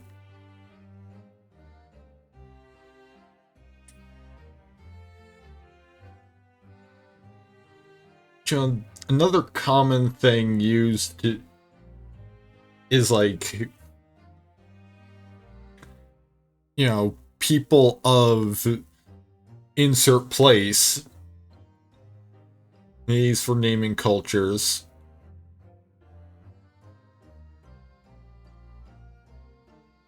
I think I saw something that said it was like a word for source.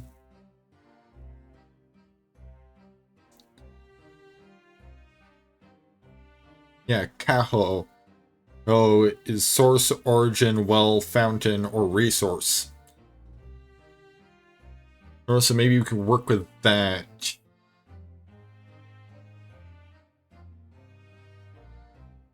Just tuhu, which means desert. Of course, the language of a people from the desert is going to have words for things like desert and camel.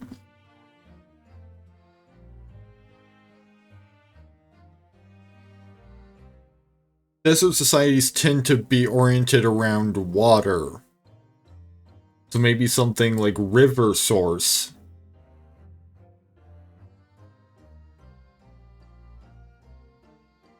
Or is it, maybe a culture that's, maybe like this culture started off close to like a delta, similar to the one found in the Nile.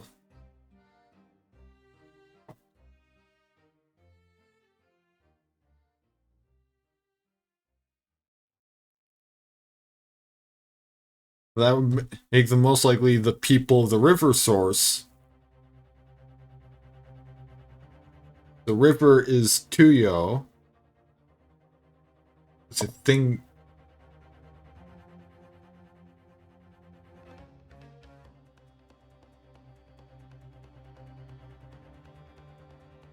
Let's check if I'm actually pronouncing that correctly.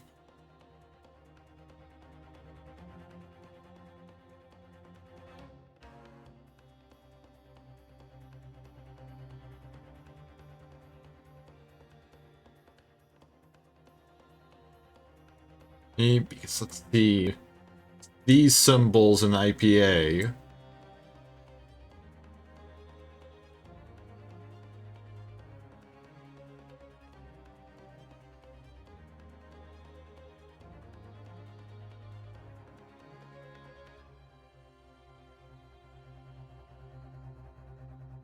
Just gonna copy that down on my notepad real quick.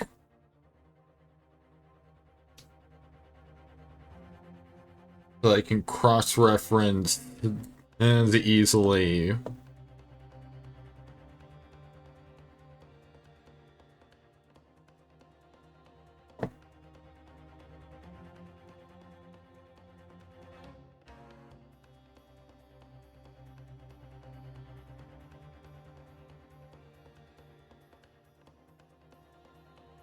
So it should be the first instance of it on the page.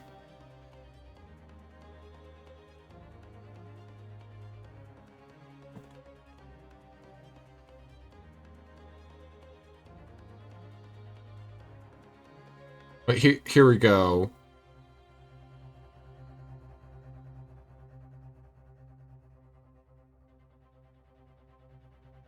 Okay, so the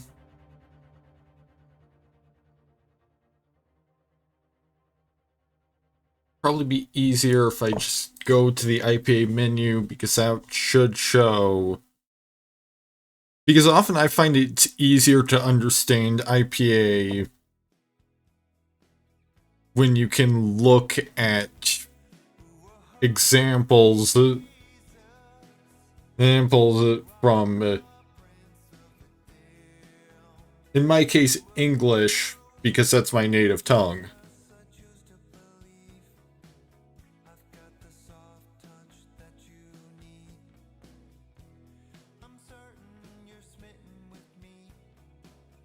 However, I'm starting to think that this sound might not exist in English. You can see it's IPA for English. This, yeah, this is in Corsican, Brillian, Irish, Latvian, Macedonian, and Slovak. Yeah, it sounds like a ya sound.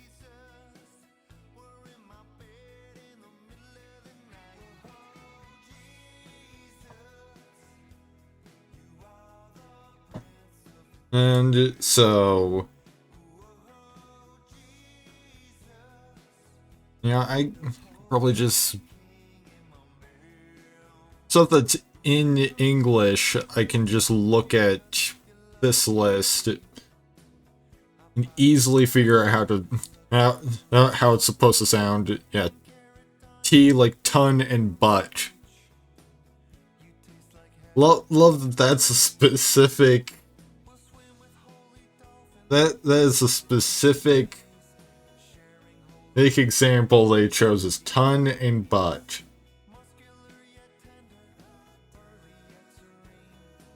Okay, and this upside down V looking thing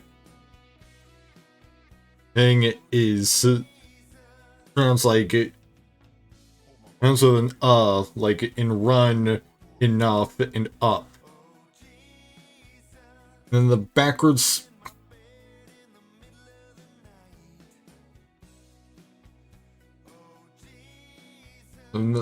looking C thing is apparently actually yeah, General American. And it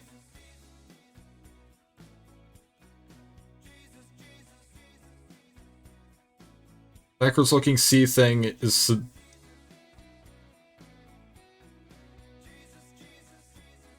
pronounced like even like in not in wasp in British, Australian, and New Zealand and dialects of English.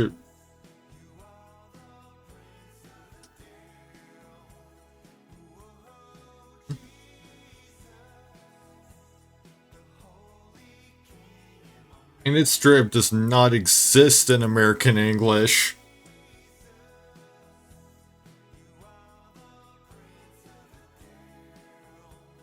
Okay, it's an ah sound.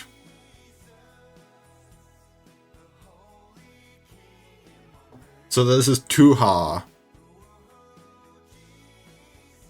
Roughly.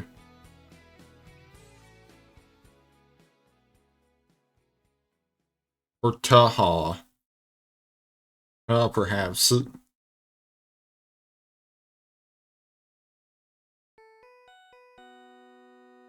And then source.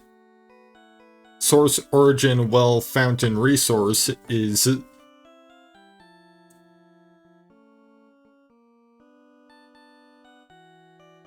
Or is it...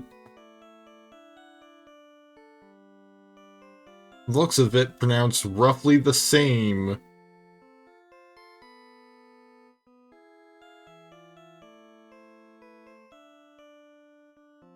Okay, so the A, little A here.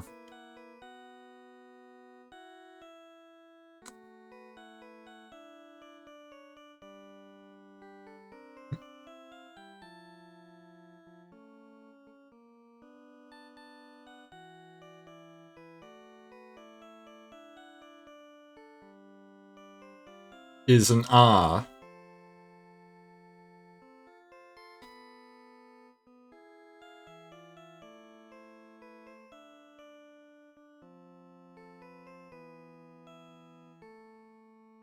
So this is, so source is kaho.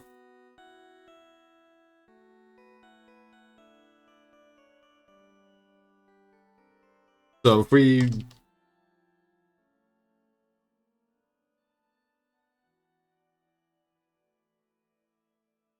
have river source, then that would be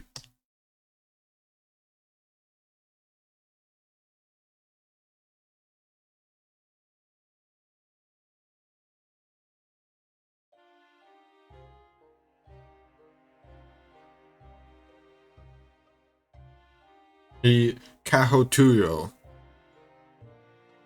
Kahotoyo.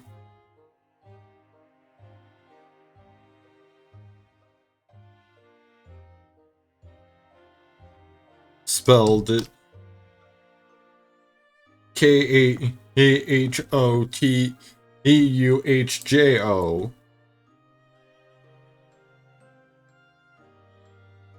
And then we can scroll up and find what kind of find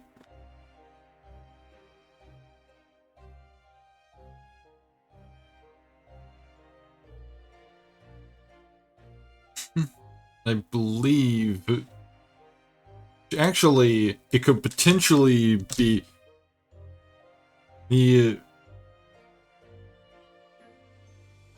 Kahotuyomi.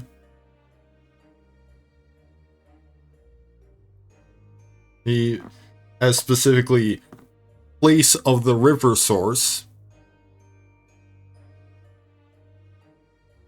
But honestly, I think Kahotuyo sounds better. Like it kind of rolls off the tongue. Once you wrap your head around it, on how it's supposed to be pronounced.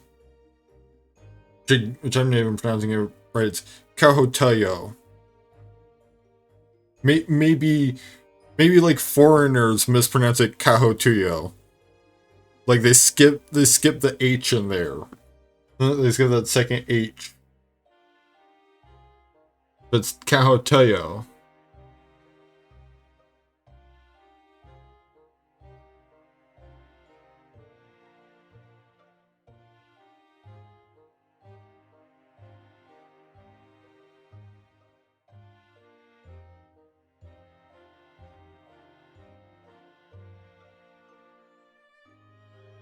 I'm gonna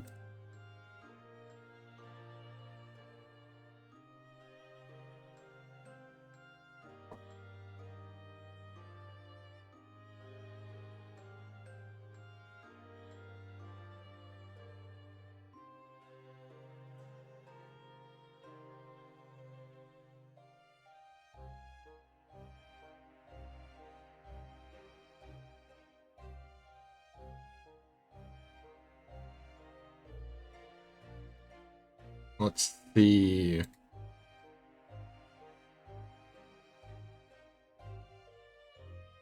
Diminutive smallness. So it's like, does that mean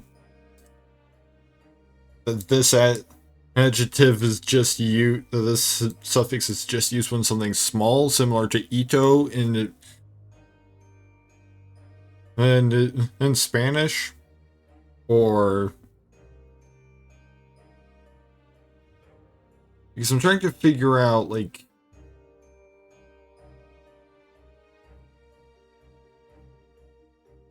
Yeah, I think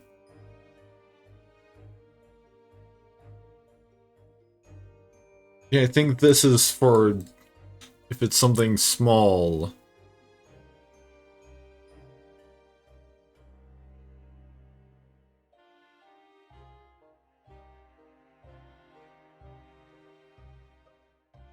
So let's see, economy to economic would be suffix this. Gonna have to look up because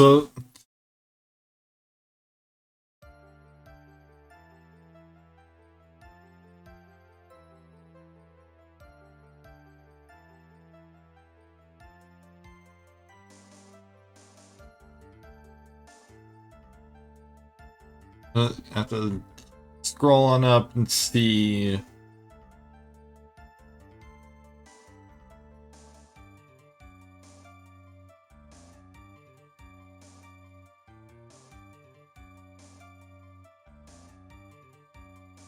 Because it's actually giving the IPA pronunciation.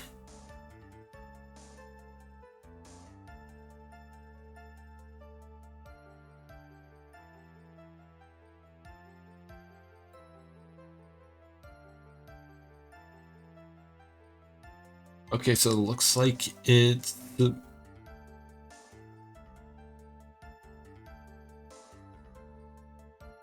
I think this is just the spelling rules for if it's not in English, because we're using the same alphabet.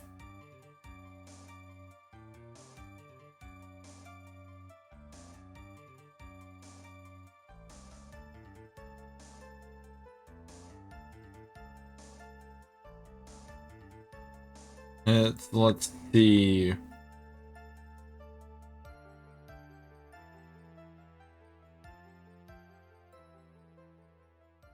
So be Kaho no Toyoko. Kaho Toyoko is for someone from who's from the river source, literally, or from the nation that has been from the nation of halflings with probably some other ancestries around it, and that has formed around the river source.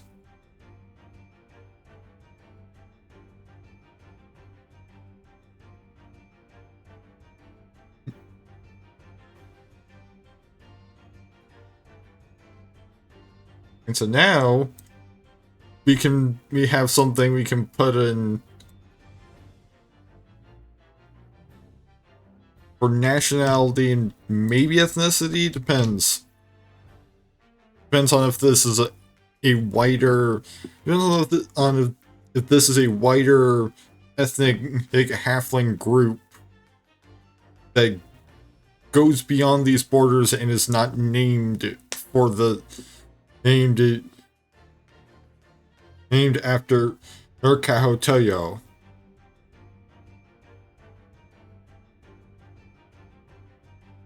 But now we can move on to names for people.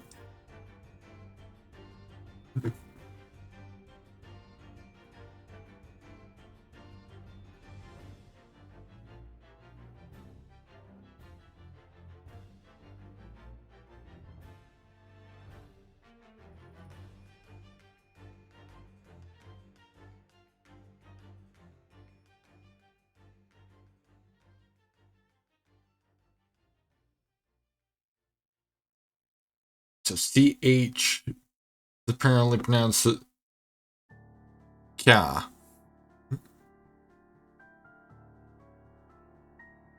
So Pochu is pronounced Pokyu.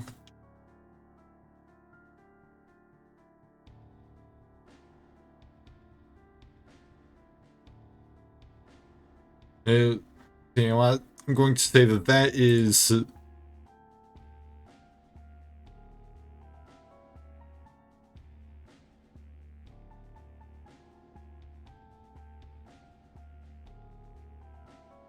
the first name of the heir.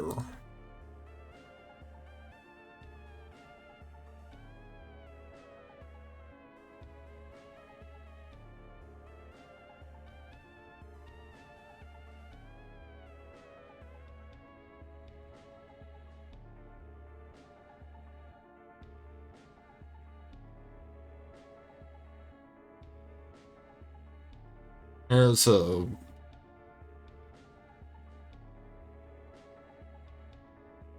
and the surname is Hapu.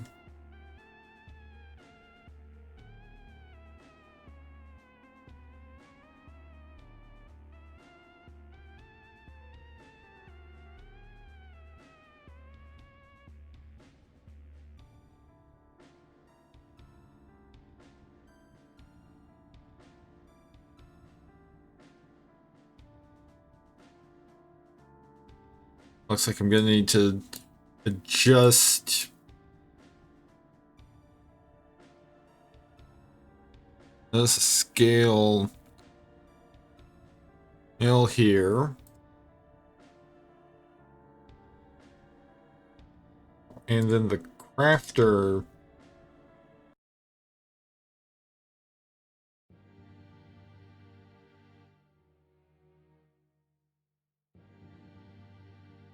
right, yeah.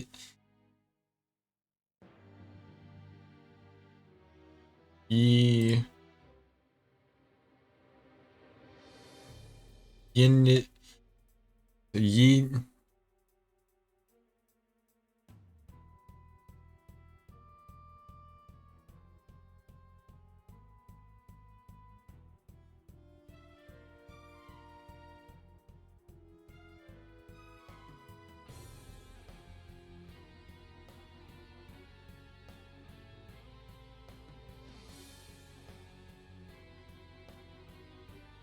I'm gonna have to pause the music real quick.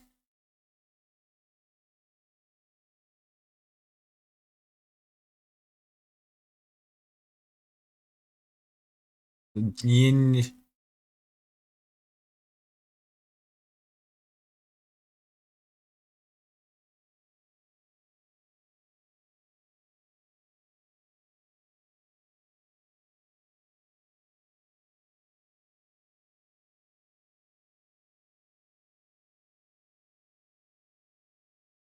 Yini.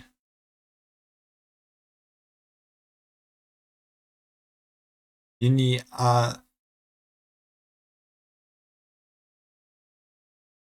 Yini a. Yini a.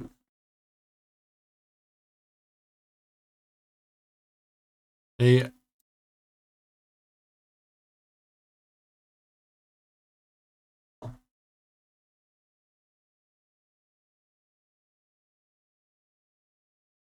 A is the first name of the crafter.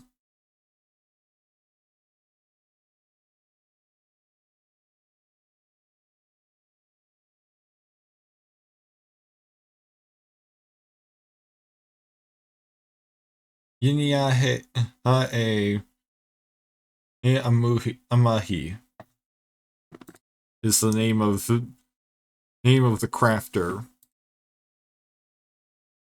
that has driven a little bit of a wedge between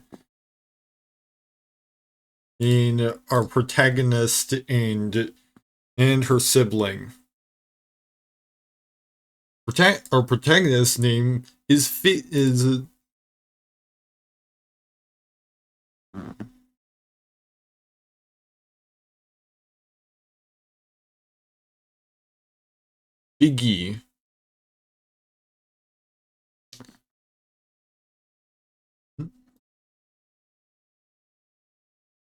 Right, so Figgy.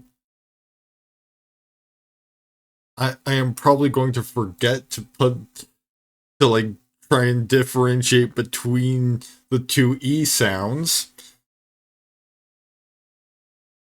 Sounds at some point. Figgy Hapu is our protagonist. I'm thinking like I'm thinking, younger sibling to the heir, because granted we don't specifically know if they're using primogeniture rules, so maybe it's somebody else. So, maybe the heir has a different position within the order of siblings. Hell, I mean, the heir could be a cousin. And I'm just kind of assuming sibling right now.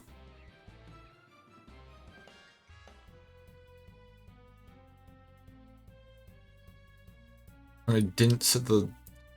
I haven't set up the... Wait, no, you don't set up hit points for Eidolons because you use the summoner's hit points. Literally the same pool. Because the summoner just takes damage if the Eidolon does. And you know what? I'm thinking, given the Eidolon's status,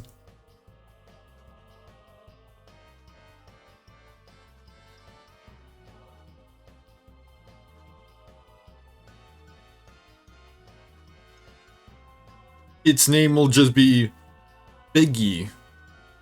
Literally just thing.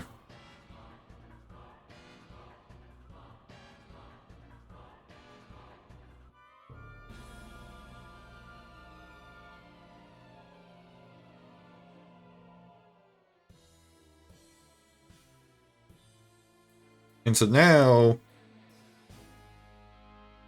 I'm just gonna make, like a quick, basically stick figure.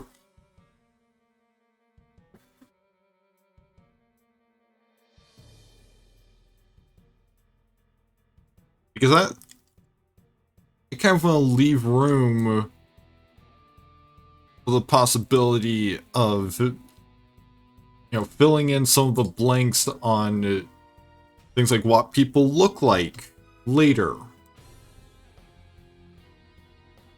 So the main things we do know about Figgy is that she's short. She's a halfling.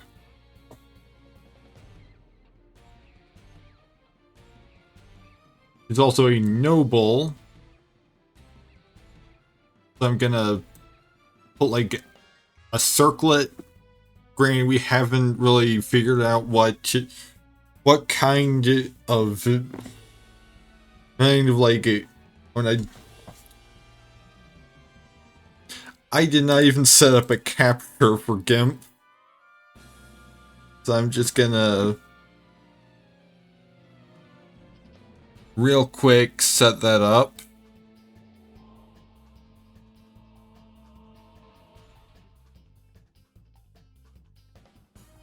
Alright, there we go. So this is Figgy.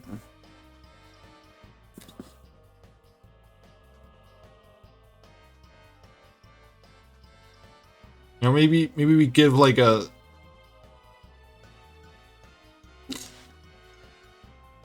Oh, you know what?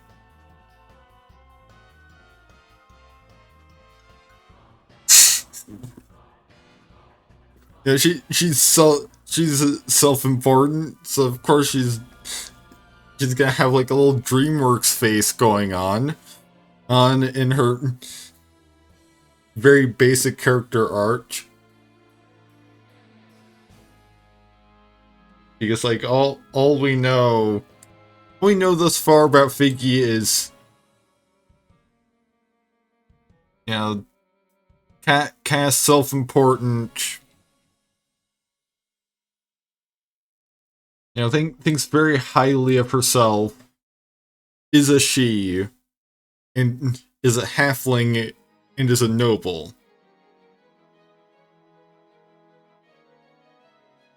She's also from the desert, so we can assume some degree of melanin. And as to the exact degree, I'm not sure yet. Again, leaving it open for some blanks to be filled in later. Now...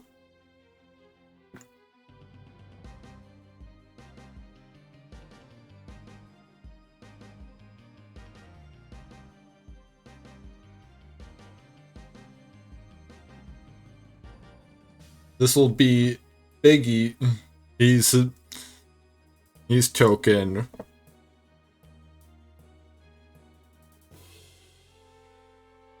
So, tall stick figure. Maybe a little too tall.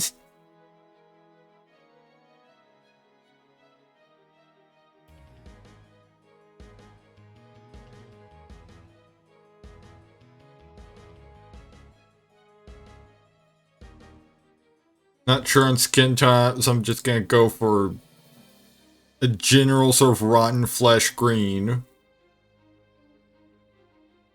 Because zombie.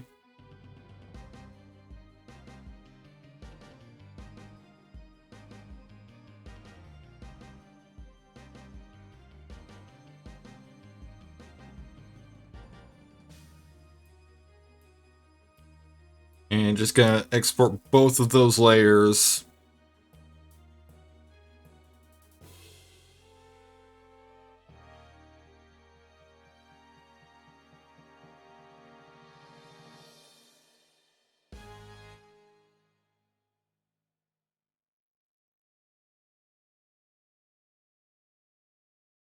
And then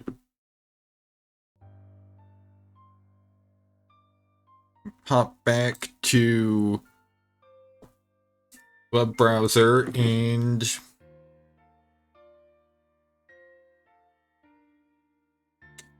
pull up the token stamp.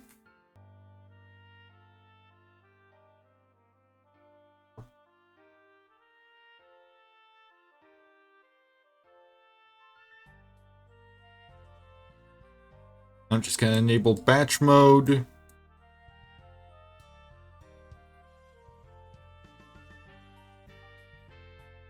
And do some batch stamping.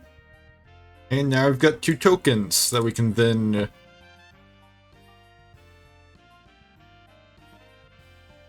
real quick pull into Roll20.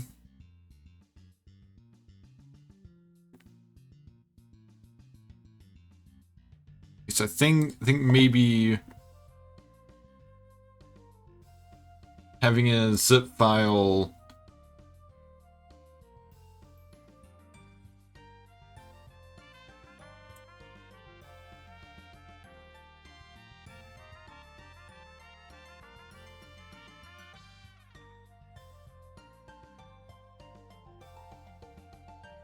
it doesn't look like it did any actual stamping.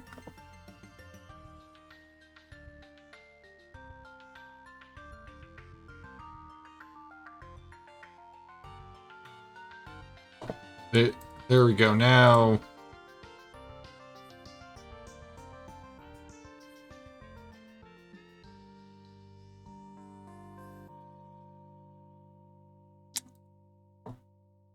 we've got our batched tokens.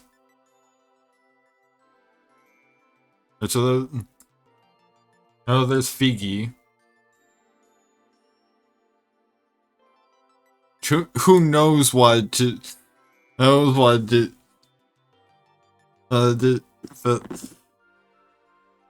subtitles are gonna interpret these words as being. I just hope that they aren't like coincidentally like a slur in some language I don't know.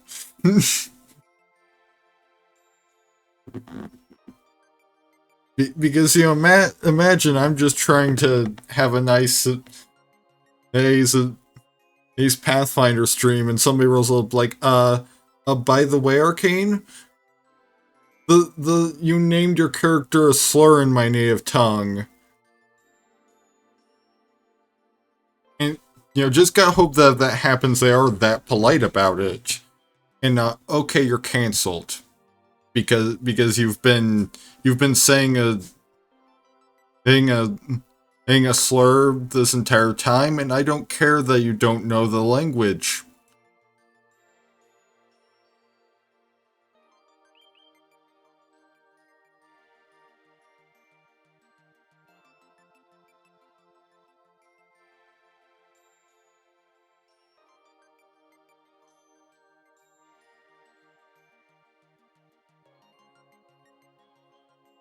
You select a token.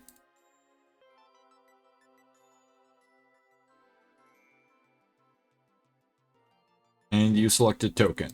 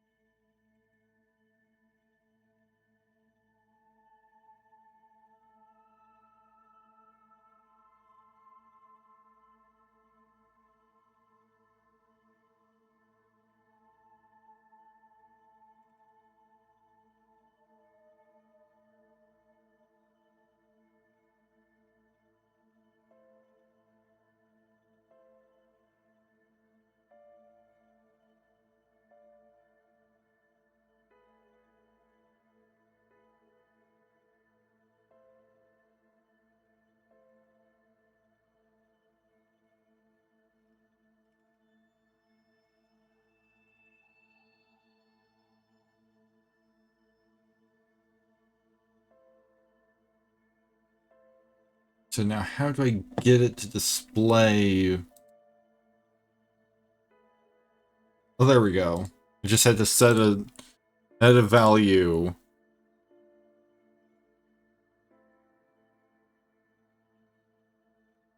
Technically, we can just count both as representing the same character. And really, that's probably gonna be the easy way to do it with the whole shared hit point pool. You can see now, I can just simply set the hit points named it here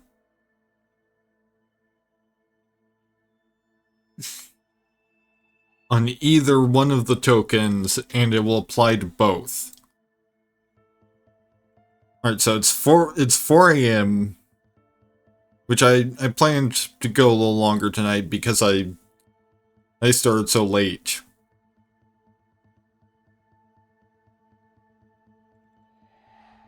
He did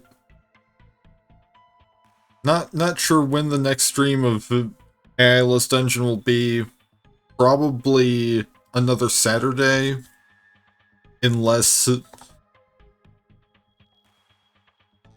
I could also just pick this back up on a Thursday after, like in between campaigns of Age of Wonders 4, or in between seasons of Sims 3. On currently a Tuesday, but I don't know how much longer the current season is going to be. Probably at least another 12 episodes. Which, for Sims 3, like, I want to do at least a couple seasons a year, because otherwise it's going to take me literally a decade to get through the Random Legacy Challenge. I only do one generation in a year, with each season being a different generation. Like, yeah, we're only on Generation 2. I think that series has been going on for at least a year. But I only did one season the first year of doing it, so...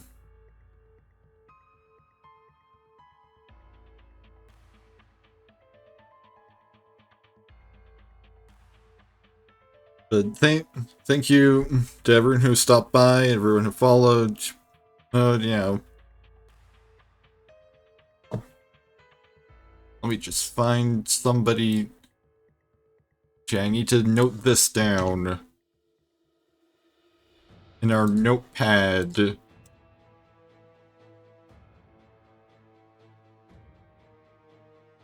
It's just our starting scene.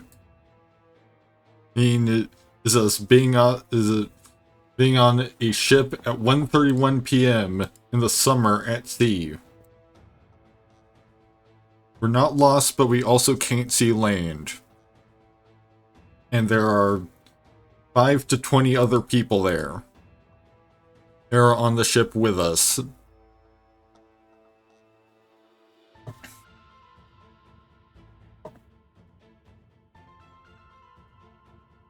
I'm going to find somebody to raid.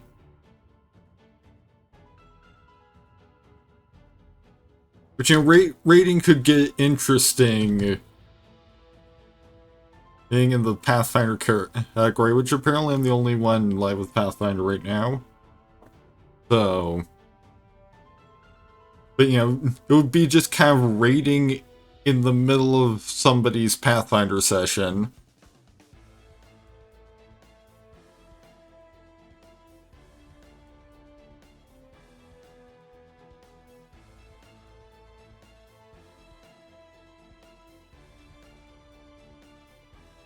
I would suggest raiding someone playing one of the Pathfinder video games, but like...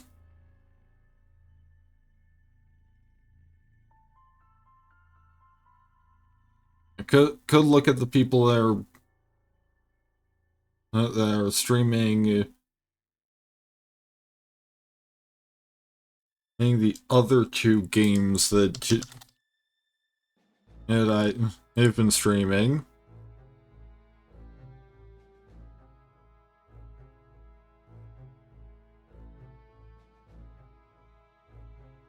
Anyway, well, let's rate somebody who's doing Age of Wonders 4, because like that's gonna be close.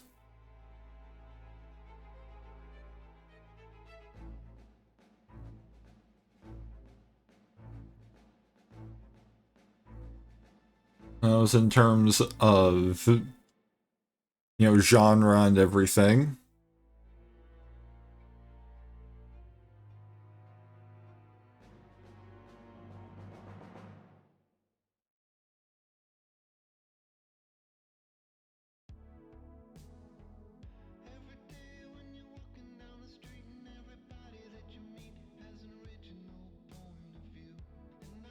Now let's give this person a raid. Once again, thank you to everyone who stopped by here tonight. Also, I have a thing that I set. Oops, that is not the thing. And now it's.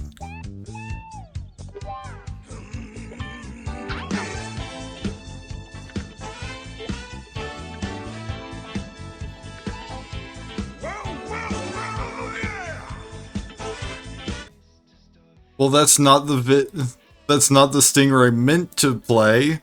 Here's the actual stinger I meant to play.